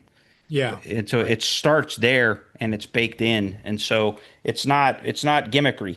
right, It's tight, and and it flourishes. It's just right, awesome. right. All right, Chris. Well, we're going from 180-degree opposite in terms of mood for the next record. Yeah, absolutely. This is not this ain't no party. This ain't no disco. This is Weezer's Pinkerton. Now, Weezer generated a lot of excitement with its 1994 debut album, the self-titled album known colloquially as the Blue Album. The young band had taken the soft, loud dynamics and big fat pop hooks that made the Pixies, Husker Du, Nirvana, and other seminal power pop bands successful and put their own melodic nerdcore spin on it. The Blue Album, as a result, was a charming earworm-stuffed slice of magic album making, a nearly perfect 10-song exploration of bandleader Rivers Cuomo's romantic longings, winky sense of humor, and at one point an homage to rocking out to Kiss in his garage. The Blue Album singles Undone, The Sweater Song, Buddy Holly, and Say It Ain't So put them firmly in MTV and rec radio rotation, and by the end of 1995, they had become intensely revered by guys my age, especially white guys my age. We loved the Blue Album. I mean, I played that CD so much I practically wore it out. Imagine then our surprise and relative disappointment when the weird but ultimately wondrous Pinkerton followed in the fall of 1996. What the hell was this shit? This was a shorter record in runtime. This was more abrasive and punkier and less glossy in sound. Gone was Rick Ocasek from the production controls in favor of a self-produced, more muddy live approach. This was stranger and darker and more depressing in subject matter, full of Cuomo's neurotic obsessions over things like half Asian girls and being hopelessly sexually attracted to a lesbian and other bizarre topics. Why Bother, one of the album's odder tunes, would well have been the title of this album. It captures the mood of the piece pretty damn well.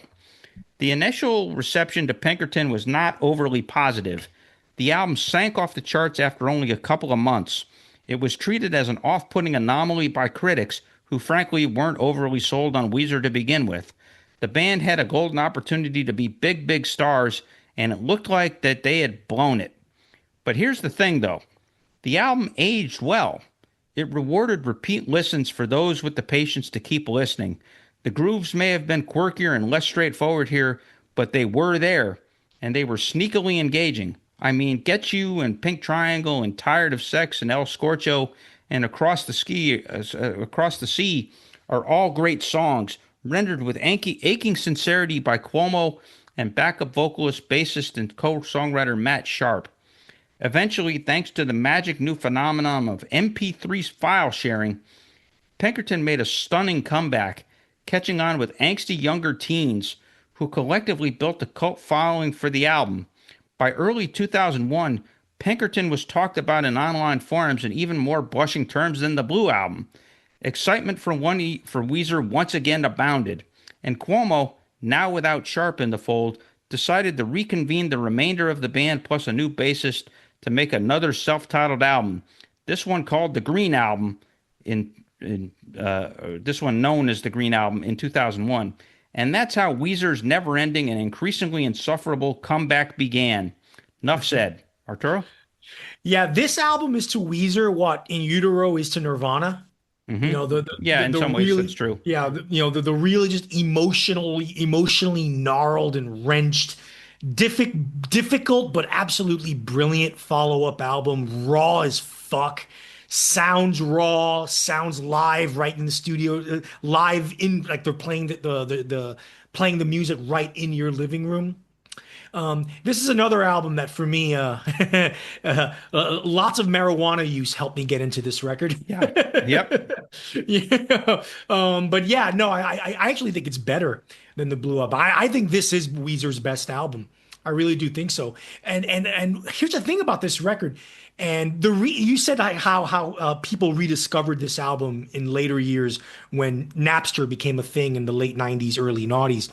What this album became, surprisingly, and how it shocked the industry, it became a key record in the development of emo punk. Yeah, it did. This album is considered an emo punk classic.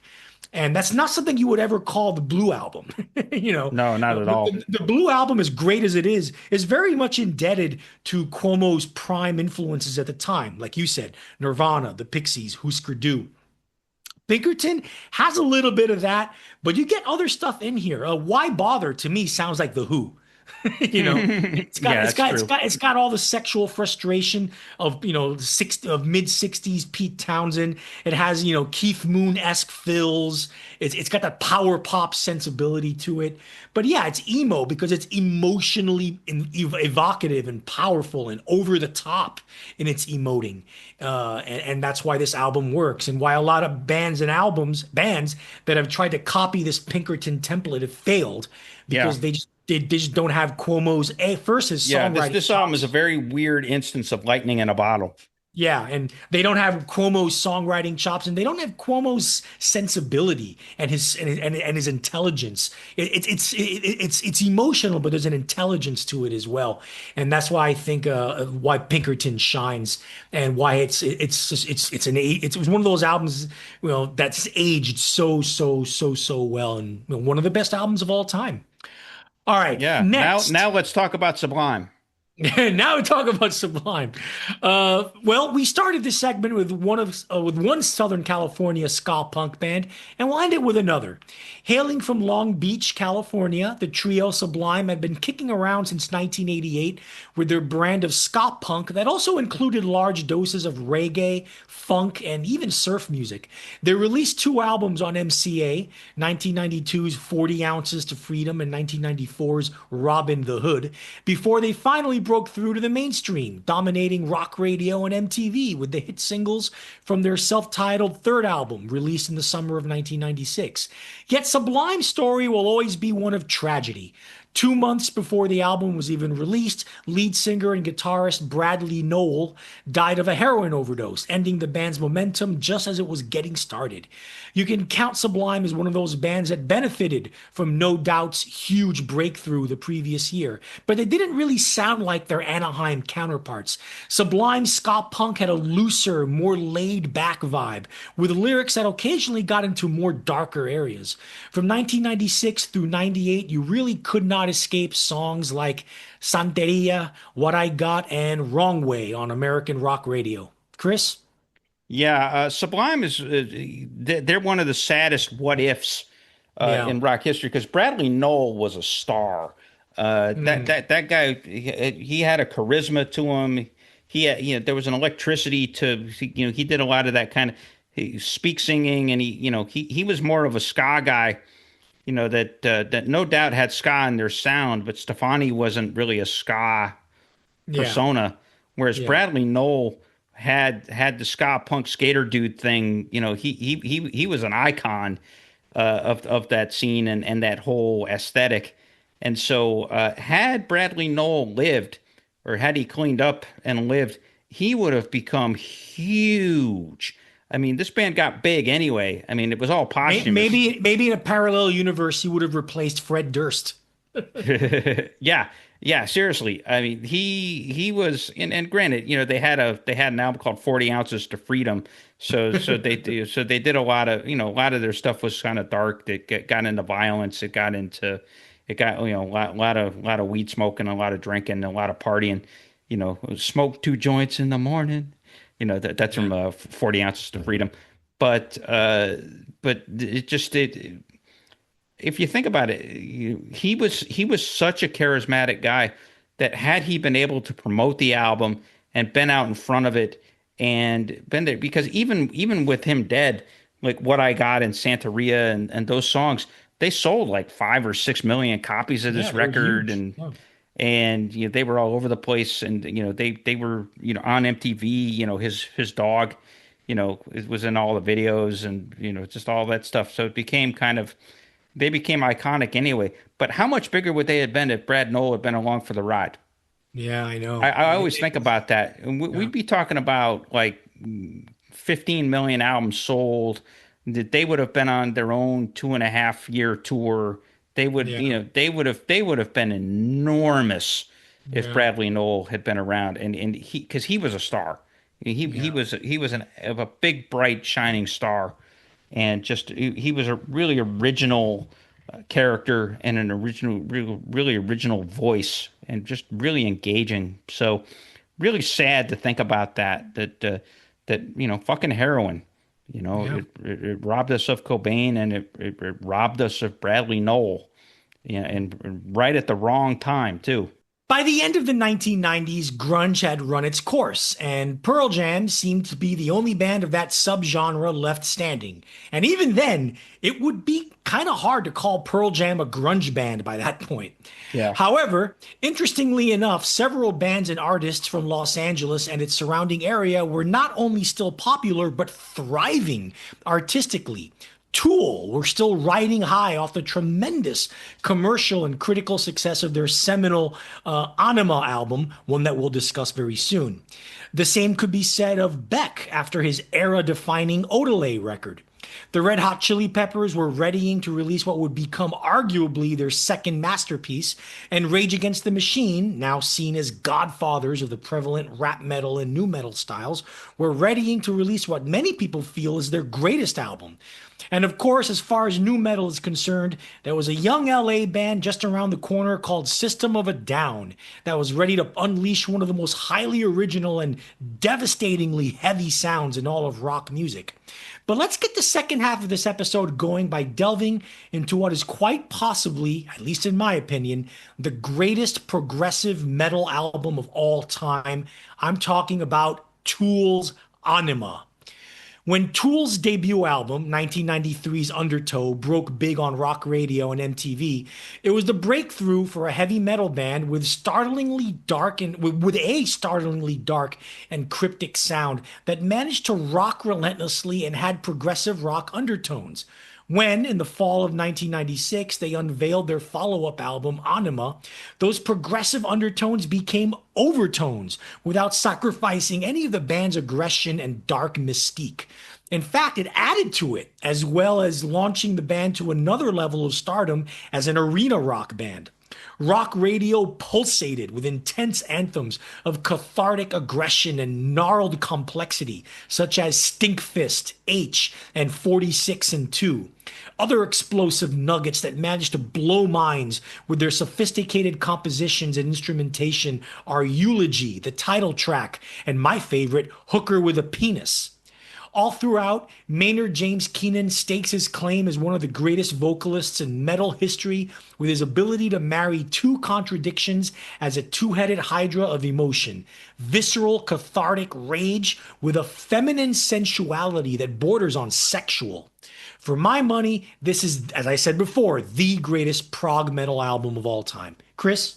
Yeah, Maynard James Keenan is quite the character. I mean, that voice of his, which is so engaging, like you said, sensual, bordering on sexual. That's a good way to put it with him, and just bringing that real pathos into what otherwise is this sort of proggish, thunderous metal that beams all around. Like Stinkfist is awesome. 46 and 2, just like rocks balls.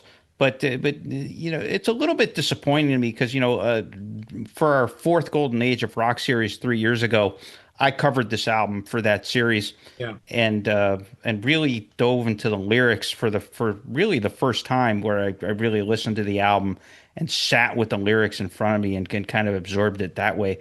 And I got to say, it was a little bit of a disappointing experience because for as powerful and as original as the music is, for as engaging as Maynard James Keenan is, some of the songs are surprisingly stupid. The lyrics, yeah. Yeah, like the title track, Anima, is all about how Maynard doesn't like Los Angeles. It's a total diss song on Los Angeles. Yeah. And just talking about how miserable it is to be there.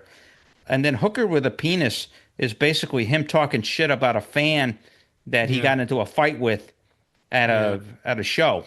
Yeah.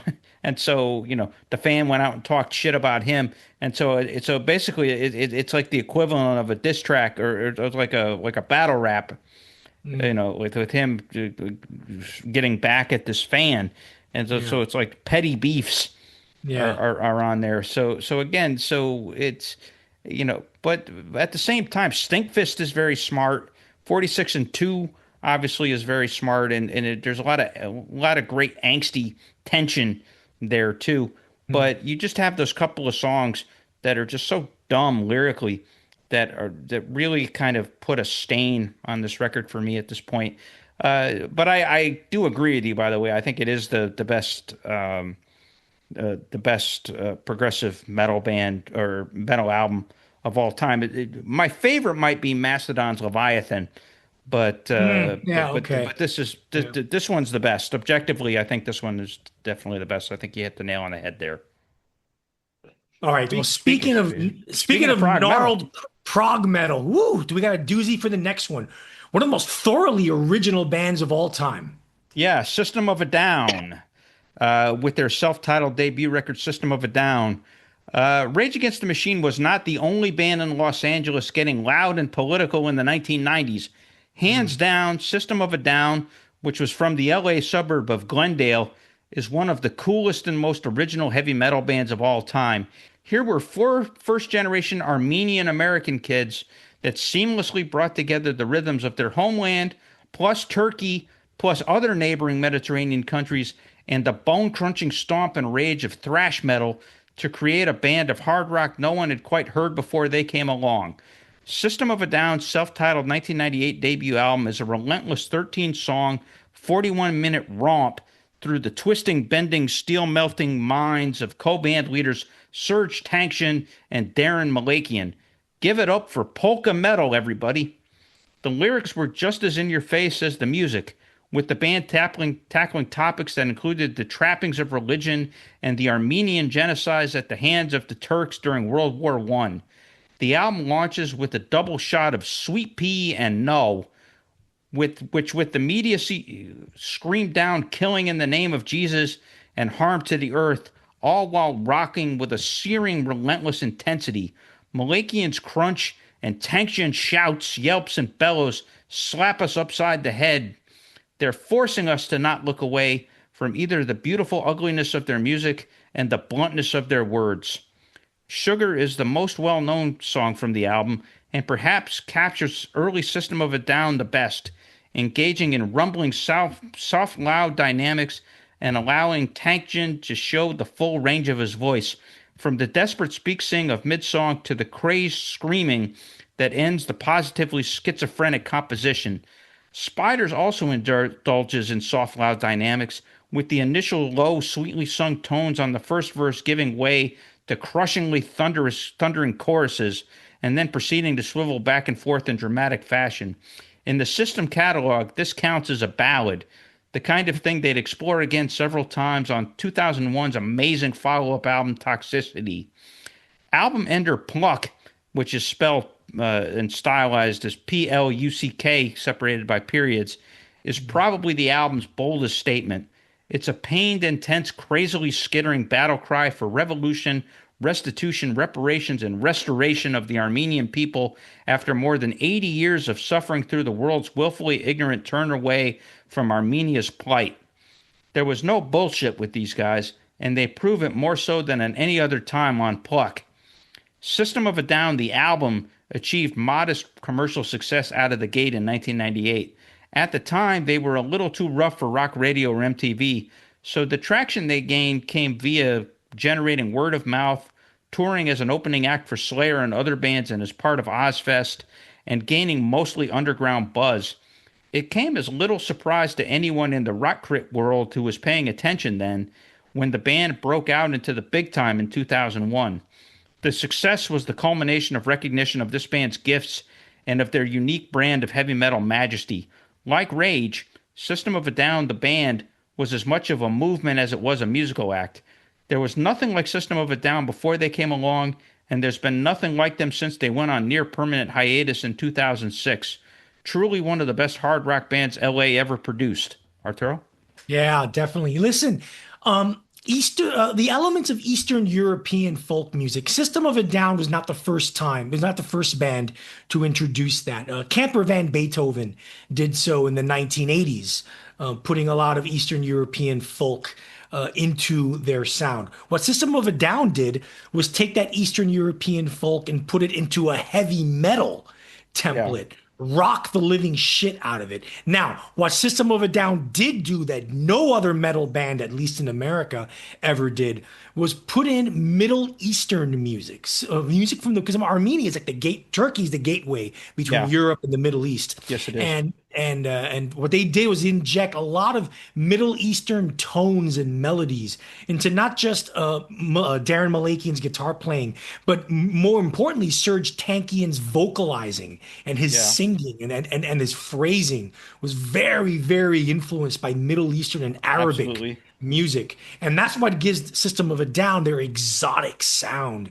I mean, in a way, they're a badass heavy metal band, but they're sexy in a way. They have that sexiness to them. Is that exotic quality that they bring into it, and that's what gives their music a bizarre beauty that you can't say that about a lot of heavy metal bands. But there is a beauty to some of System of a Down. Yeah, there's an exoticism to their music that you don't get in a lot of other heavy metal, for sure. Right. And that's why A, they stood out, and B, why they've endured and why they're so iconic and beloved. Yeah. And they were way, way, way ahead of their time too, thematically. Sure. Like Rage Against the Machine. Those two bands, way ahead of their time in terms of talking about, sort of genocidal vibes and sort of the prison industrial complex and the hypocrisy of religion and oppression and things like that. I mean, those are more now that we're in this Trump, Erdogan, Viktor Orban type of world, and like Netanyahu. Now that we're in this kind of crazy motherfucker world, it's becoming more apparent what those guys were talking about back then is becoming, is harder to ignore than ever. Let's just put it that way. All right, well, the next band, they were never that political. Nope. I'm talking about Queens of the Stone Age and their self-titled debut. It didn't take long for Josh Homme to put another band together after the breakup of Kyuss, recruiting original Kyuss bassist Nick Oliveri and making himself the lead singer. Listening to Quatsa's debut album, you already hear a huge difference between this and Homme's previous band. Quatsa has more sensuality, which is saying something considering that Kyuss was one of the most soulful metal bands ever, and a deep swing and looseness to their sound that makes their brand of rock even danceable. The loud as fuck pummeling, detuned guitars are absent, and the results are in a sense of space. This all results in a sense of space in the music that allows for more interesting arrangements as well as cool intersecting guitar overdubs. If Only is the song in a parallel universe that would have been a huge hit and should have been in this one. Other heavy but groovy delights include Mexicola, Avon, and Give the Mule What He Wants. It's a terrific debut album that points the way for the brilliance that would come next, meaning 2000's Rated R. Chris? Yeah, it's kind of amazing. This album was out of print for more than 10 years. This is Uh, weird, yeah. yeah, they made the record and then it kind of disappeared. And then, of course, Rated R comes along and they become huge Yeah. in Songs for the Deaf. But yeah, there's a lot of interesting stuff on this record. And I don't think that, it's an understatement to say that Mark Lanigan had a Mm, huge influence on Josh Homme sure. in between the breakup of Kyuss and the recording of this record Yeah. because Homme worked as a touring guitarist for Screaming Trees Yeah. during its dying days when they were touring to support Dust. Homme was in the band. He effectively moved to Seattle for a couple years Right. and was up there and touring with them. And so there's a lot, and Lanigan is one of the most sensual rock singers of all time. Yeah. Like that album, that Screaming Trees album, Dust, is a personal favorite of mine. And so Mm, I think a lot of that rubbed off on Homme, with the melodies that he has here. His style of singing is basically an impression of Lanigan. you know, yeah. if you think about it. And the other thing about this record too is it's kind of a Germanic quality to it in its Mm, rhythms. yeah. Apparently from what I read, they were listening to a lot of Can and Noi at the Oh, time, wow. or at least Homme was, and so some of that kind of backdrop and kind of rhythmic pulsating Right. ends up finding its way into this music as well. Worth noting, by the way, that Nick Olivari joined the band after this album was recorded. So I thought this he joined. I thought he was there for this album. no, he uh, Oh, he I don't he know. he joined just.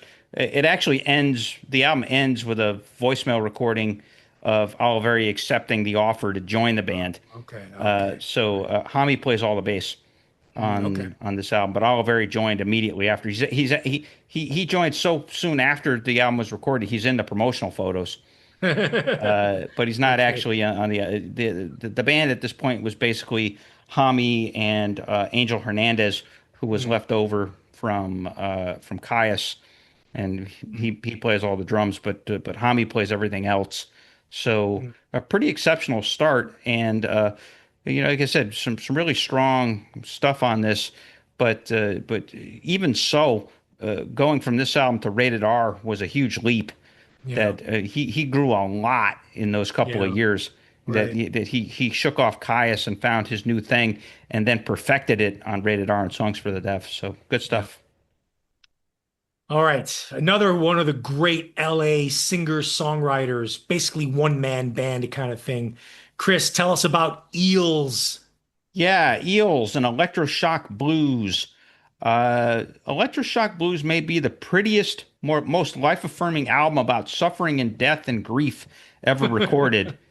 Eels band leader and Los Angeles import Mark E. in quotes E. Everett had lived through an unimaginable double whammy just before the making of this album, namely the loss of his sister Elizabeth to suicide and the loss of his mother to cancer. That's a lot of grief and loss to endure at once, and Everett, now the only surviving member of his family at age 35, poured his soul into this album, painting in stark, explicit images what he and his family had experienced. Commercially, this was all really, really, really bad timing because Everett and Eels had scored heavy MTV and rock radio rotation with a psychedelic radio rock single Novocaine for the Soul in 1996. And Everett was really in prime position to possibly break through even more in 1998. Instead came this outpouring of reality and hopefully arranged bleakness. So much for the commercial thrust. But artistically, Electroshock Blues performs a sort of magic. Heartbreaking yet gentle album opener Elizabeth on the Bathroom Floor, for example, paints a harrowing scene taken in part from his sister's diary. Quote, waking up is harder when you want to die. Everett sings achingly at his guitar as his guitar strums and keyboards swirl hauntingly. Title track Electroshock Blues is an absolutely gorgeous hushed ballad about just what it advertises, the aftermath of going through electroconvulsive therapy. Everett sounds almost childlike as he expresses his protagonist's tattered hope. Less lovely and more abrasive is the single Cancer for the Cure, which thumps with a macabre, haunted house urgency as it contemplates all the things that drive us mad or piss us off. The juxtaposition of Everett's voice and a swirl of thick bass and churchy organ is striking but also strangely cool. It could house a happier setting if Everett wanted it to. There's also Last Stop, This Town, a surprisingly rocked out power pop tune about moving on and finding transcendence while stuck in a shitty small town existence. The song was the album's first single. I take pity on whoever had to A&R this album. Even so, Everett finds a middle ground here between Electroshock Blues and Cancer for the Cure with the brighter than it has a right to be My Descent into Madness, which comes complete with a la la la chorus and strings. Voices tell me I'm the shit, Everett slyly expresses at one point, a dark crack if there ever was one. The song strikes a hopeful chord on an album that otherwise leans towards depression and solemnity. The album ends, oddly enough, with a love song, an expression of adoration and loyalty that starts with Everett going deep in thought after attending a funeral. Quote, P.S. You Rock My World is a wonderful sentiment on which to end Mark Everett's Dark Night of the Soul record. To quote Elizabeth on the bathroom floor, quote, shit and piss, end quote, and all the other yucky stuff, there's purpose and brightness in a future to be optimistic about. This here is the best kind of precious and makes Everett something of a hero as Electric Shock Blue closes. This clearly was one of the best albums to come out of Los Angeles during the 1990s. It's an emotional powder keg for sure. Arturo? Yeah, the thing with rock music and pop music in general has a tradition of singer-songwriters who can make sadness, who can take things that are just sadness and depression and make it beautiful. There's a tradition of that. Nick Drake comes to mind.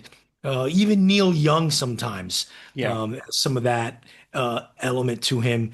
Other artists out there like Dylan? Joni Mitchell, maybe a little bit. I would say there are other ones in the folk spectrum who Yeah. kind of do Bob that. Dylan for sure. Bob Dylan, Judy Sill comes to mind, Hmm. Leonard Cohen, you know. Yeah.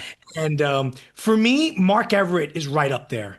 And it's not just with this album. He has a long run of albums of greatness in him that he just takes these things that are dark, depressing, and he makes them A, beautiful.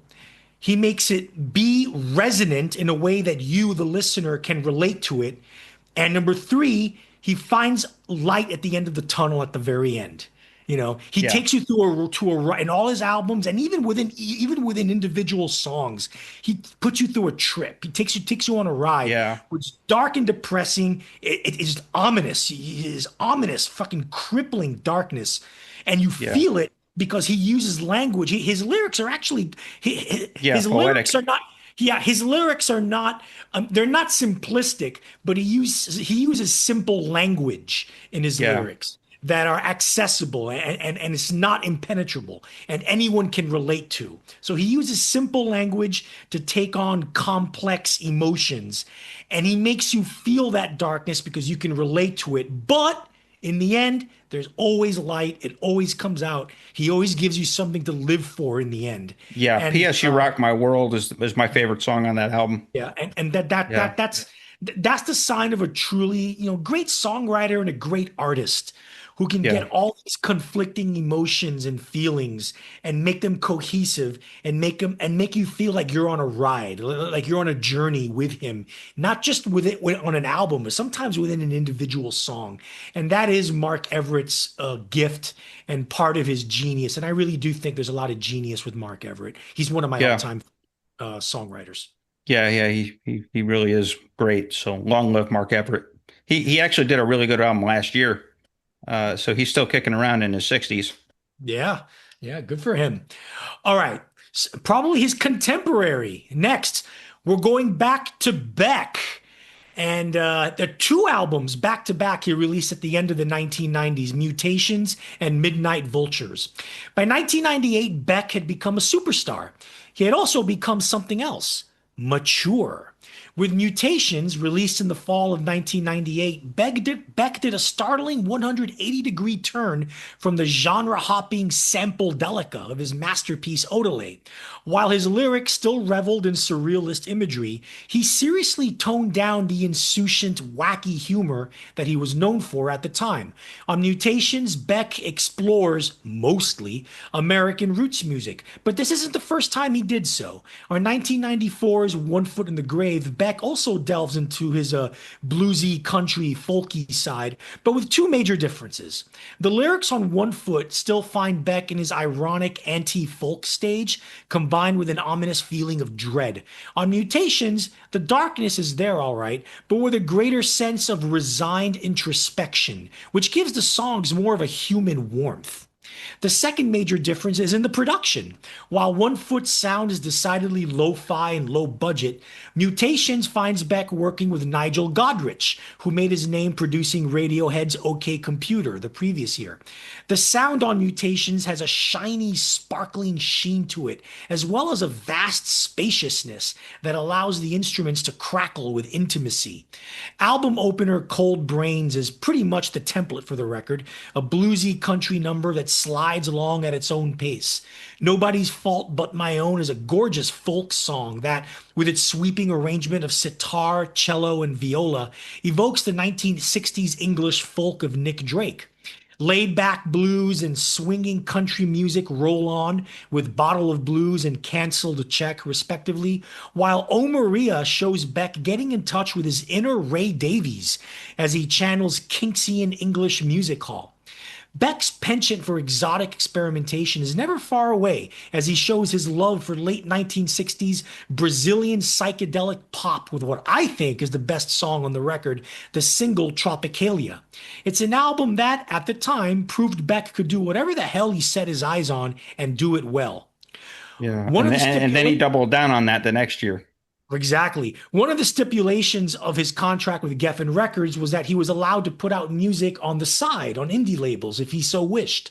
Mutations was meant to be released on a small indie label called Bong Load Records, but such was Beck's prestige and momentum at the time that Geffen went back on their agreement upon hearing the album and released it themselves. Of course, this led to Beck suing Geffen. Well, in any case, what Beck considered to be the true follow-up to Odelay came out in November 1999, titled Midnight Vultures. This is his unabashed party record, perfectly coinciding with the soon-to-come New Millennium celebration of the time. Imagine 1970s funk colliding with very distinctly Prince-esque 1980s R&B and electro soul. Throw in dashes of guitar-driven indie rock and psychedelic folk, and you have something that can only come from Beck's unique mishmash vision.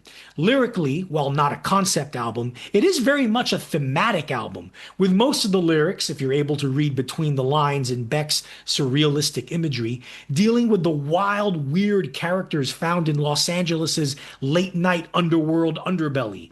In a way, this kind of makes it a quintessential LA album. Sex Laws and Mixed Business bring the 1970s funk and R&B with sampled hip-hop styled breaks interspersed throughout. Get Real Paid brings 1980s electropop to the forefront. Milk and Honey and Pressure Zone bring sleek electro rock. Beautiful Way brings a lovely trip-hop duet with Beth Orton. And of course, Deborah is Beck's ironic, or unironic, depending on your perspective, ode to 1970s slow jam R&B. It's a richly textured, expertly layered, wildly and satisfyingly eclectic album that stands to this day as one of the most underrated albums in Beck's discography. Chris? Yeah, but both of these albums are great. And Beck at this point, by the end of the 90s, was really a superhero. I mean, it's like he could do anything he wanted.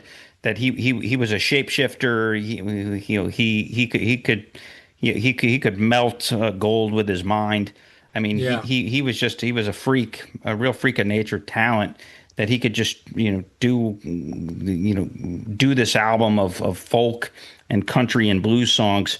Like Bottle of Blues is my favorite song on Mutations. I'm also a big fan of Cold Brains on that. And so he could kind of play that plaintive folkster on that album, and then switch up and do this sort of ironic. I always kind of likened Midnight Vultures to a Zappa record.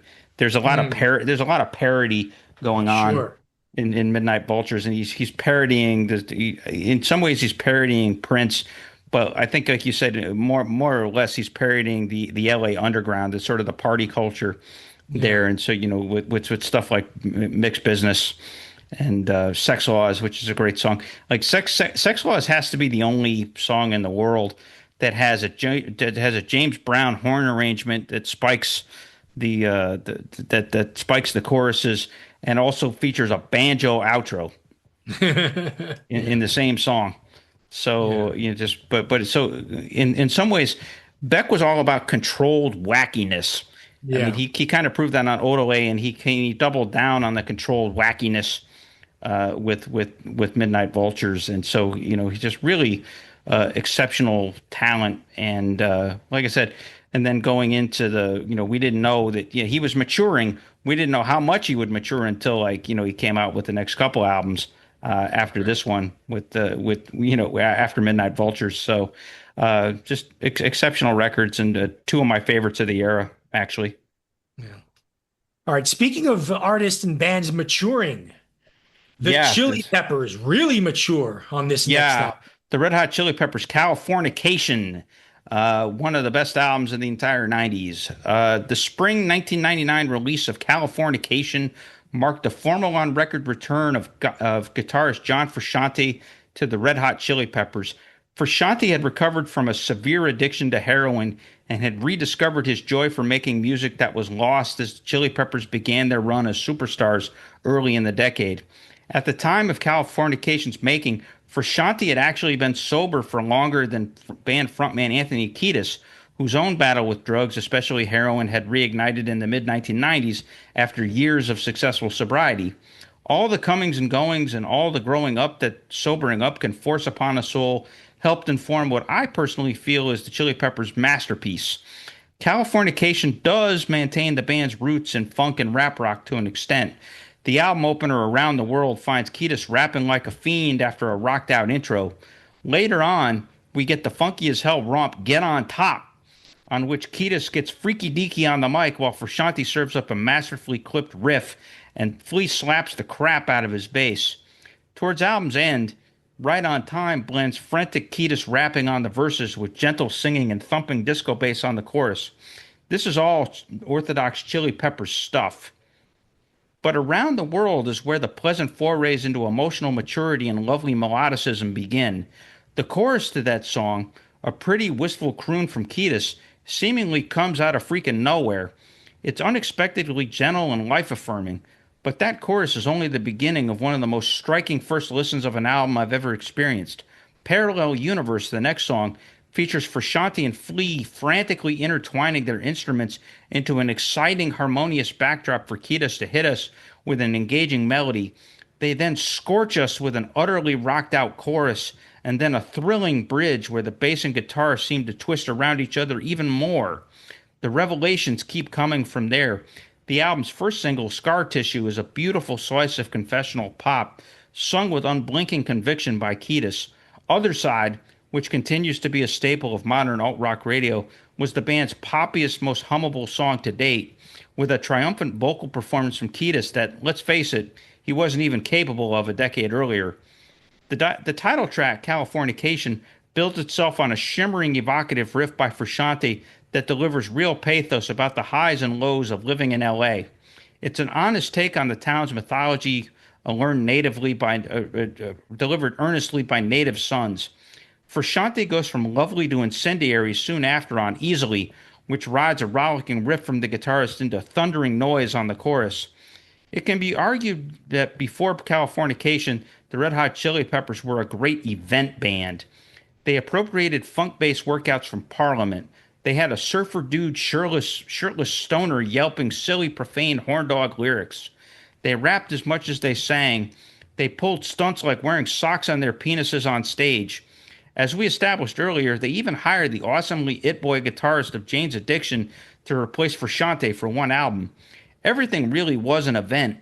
But here, with Californication, a truly great band emerged over 15 songs in 56 and a half minutes. For the first time, the band took precedent over the event. The musical synergy by then was off the charts. The musical risks all paid off. The band had found beauty among the chaos and shtick and dedicated it to tape. These guys were now all grown up, and they clearly were applying their life lessons to their music. Sadly, this was the apex for the Chili Peppers. They've spent more than 2 decades effectively trying to remake Californication, attempting again and again, but usually pumping out either boring or stupid songs instead. They recognized the greatness they had captured, but have failed miserably to recapture it. Frusciante left the band again in 2009 and then rejoined them in 2019, so he's now a three-timer. Even his reappearance hasn't inspired much of anything.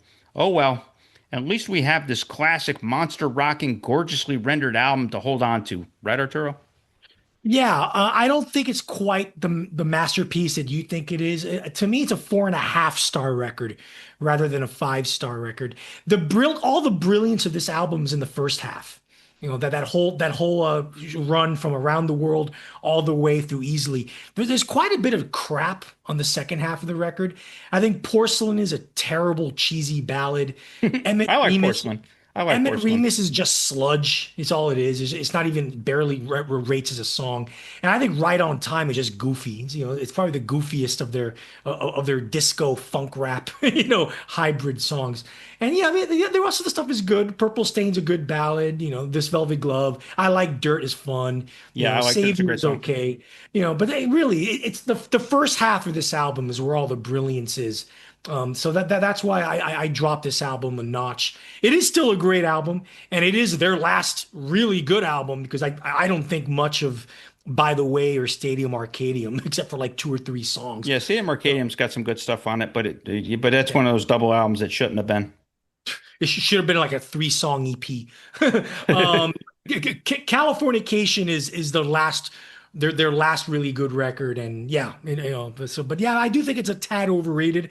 I still think Mother's Milk's a little better and more cohesive than this one. Mother's Milk is? Yes, I think so. Not Blood Sugar Sex Magic? No, Blood Sugar Sex Magic is their absolute best, but I rate Mother's Milk as number 2. That's what I'm saying. Okay. Yeah. That's a bold statement. Yeah. Okay. So now speaking of cohesive, we are going to end this episode in our two-part series Love Letter to Los Angeles with maybe the best band of them all that come out of this decade. Rage Against the Machine and the Battle of Los Angeles. By the end of the 1990s, rap metal, nu metal, / whatever you want to call it, had become the most popular form of rock music in North America, at least if you went by MTV and corporate rock radio. And Rage Against the Machine, who pioneered this subgenre dating back to their classic 1992 self-titled debut, were seen as the godfathers of this style. Of course, with much, much inferior acts like Limp Bizkit and Kid Rock, and shallow aggro merchants like Korn having made major statements in the several years since Rage's last album, Evil Empire in '96, it was up to Rage to up the ante. And that they did, and then some, with an album of righteous political anger, ferocious musical power, and relentless energy. The forays into Fugazi-esque post-hardcore are abandoned in favor of a heavier emphasis on hip-hop textures with Tom Morello's guitar and hip-hop flavored beats thanks to the Tim Comerford and Brad Wilk rhythm section. See tracks like Mic Check, Born as Ghosts, Voice of the Voiceless, and New Millennium Homes. Zach De La Rocha hits a peak with his rapping skills as his flows perfectly in rhythm to the beat on Mic Check, Guerrilla Radio, and Born as Ghosts. His lyrics attacking systemic racism in the major facets of American society, judicial system, law enforcement, politics, etc., as well as attacking corporate billionaire greed that adds to crippling socioeconomic disparity, are, if anything, even more resonant now than in 1999 when this album came out. And of course, Tom Morello's guitar has never sounded this thick, this meaty, this all-empowering, this all-encompassing, this bone-crunchingly heavy, while the Comerford Wilk rhythm section never sounded this swaggeringly funky and deeply groovy.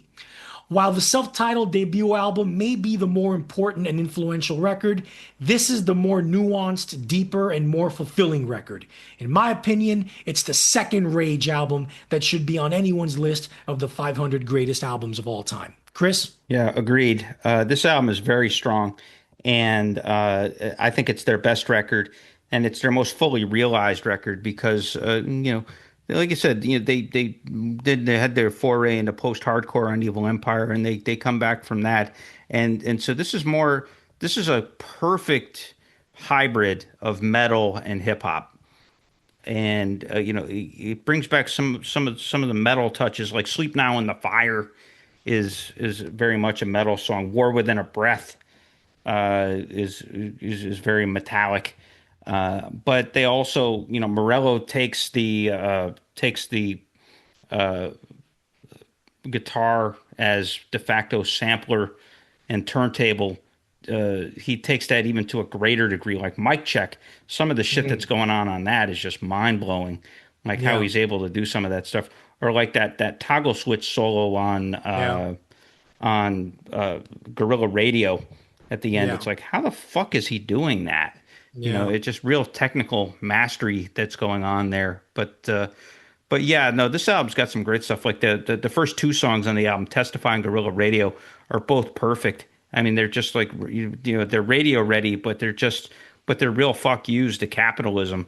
Yeah. And, it's like, what in the hell is this band doing on a major label?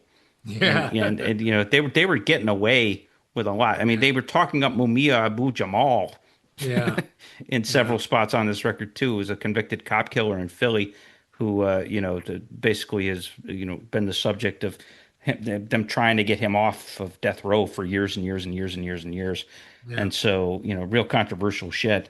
And so, calling the cops pigs, they really took it to an extreme here, but it works. And so, they were the great political artists of the era. And, again, Morello was a genius. De La Rocha was a genius, lyricist and rapper. By this point, his rapping, he was on a par with like the best rappers. He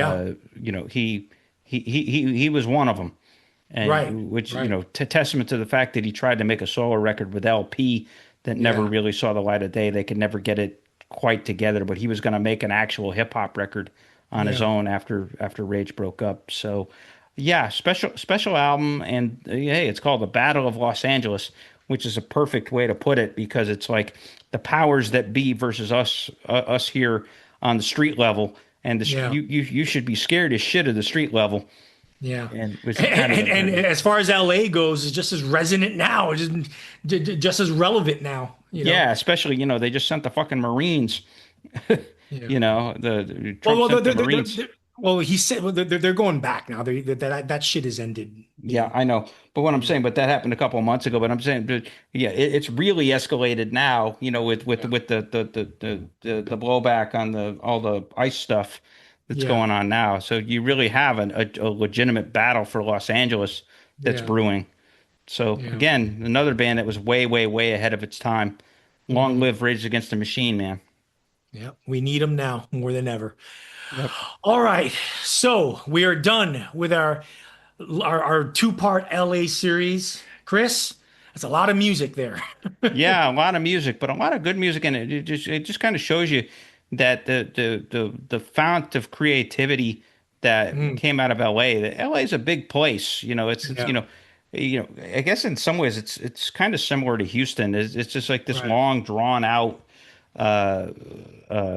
pastiche of neighborhoods and suburbs, and it's a car culture. It's and there's a lot going on in the street. But any place where there's a shitload of people and you also have the entertainment industry there, and just you have the beach there, the Pacific Ocean and all that. So it's just all those things come together, and then you have these big neighborhoods and these big clubs and all these scenes, and so just that big woolly wild city, Yeah.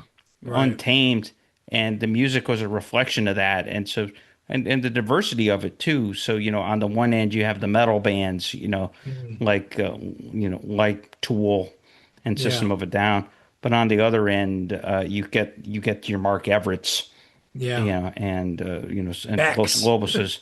Yeah, Los Loboses and stuff like that. So the diversity of that town was pretty striking and pretty amazing, and really, kind of like the '80s. It was a defining territory for rock and roll in the 1990s. So, and I've only been there twice or three times in my life. I've only ever been in Los Angeles 3 times. So go figure. Three times more than me. I've never been there. Yeah, no, I visited a mutual friend of ours a few times there. Right. So that's where my experience with LA comes in. All in Santa Monica. I never ventured out of Santa Monica. Oh, okay. It's kind of boring there. So it's not quite as vibrant as some of these other neighborhoods that we've been talking about. Right. So on that note, folks, as we always do at the end of these episodes, we encourage you to join our fabulous Facebook Curmudgeonly community, where lots of mirth and merriment can be found, and lots of cool videos that Arturo posts up there to kind of preview our episodes and to engage some of our fans. The purveyors of a Facebook site called Music We Love, our frequent flyers. Hey guys, how you doing? We know you listen, so thank you for everything. So keep on posting, and for the rest of you, go to facebook.com/group/curmudgeonrock. The group is invite only, which is something we'd like to change, but it looks like we might not be able to. But it's invite only. Chances are we'll let you in, so don't worry about that. Again, facebook.com/group/curmudgeonrock. Want to drop us a line, drop us some fan mail. Do you disagree with anything that we said? Hit us up at curmudgeonrock@gmail.com. And then finally, we'll be putting together, as we always do, a Spotify playlist that features the album, a lot of these albums and a lot of these artists and a lot of the music that we just talked about. And so you can find that link to that Spotify playlist in the episode description to wherever you're finding your podcast, whether it's Apple or Stitcher or Amazon or wherever else. So look us up and listen to that music. As soon as you're done listening to us,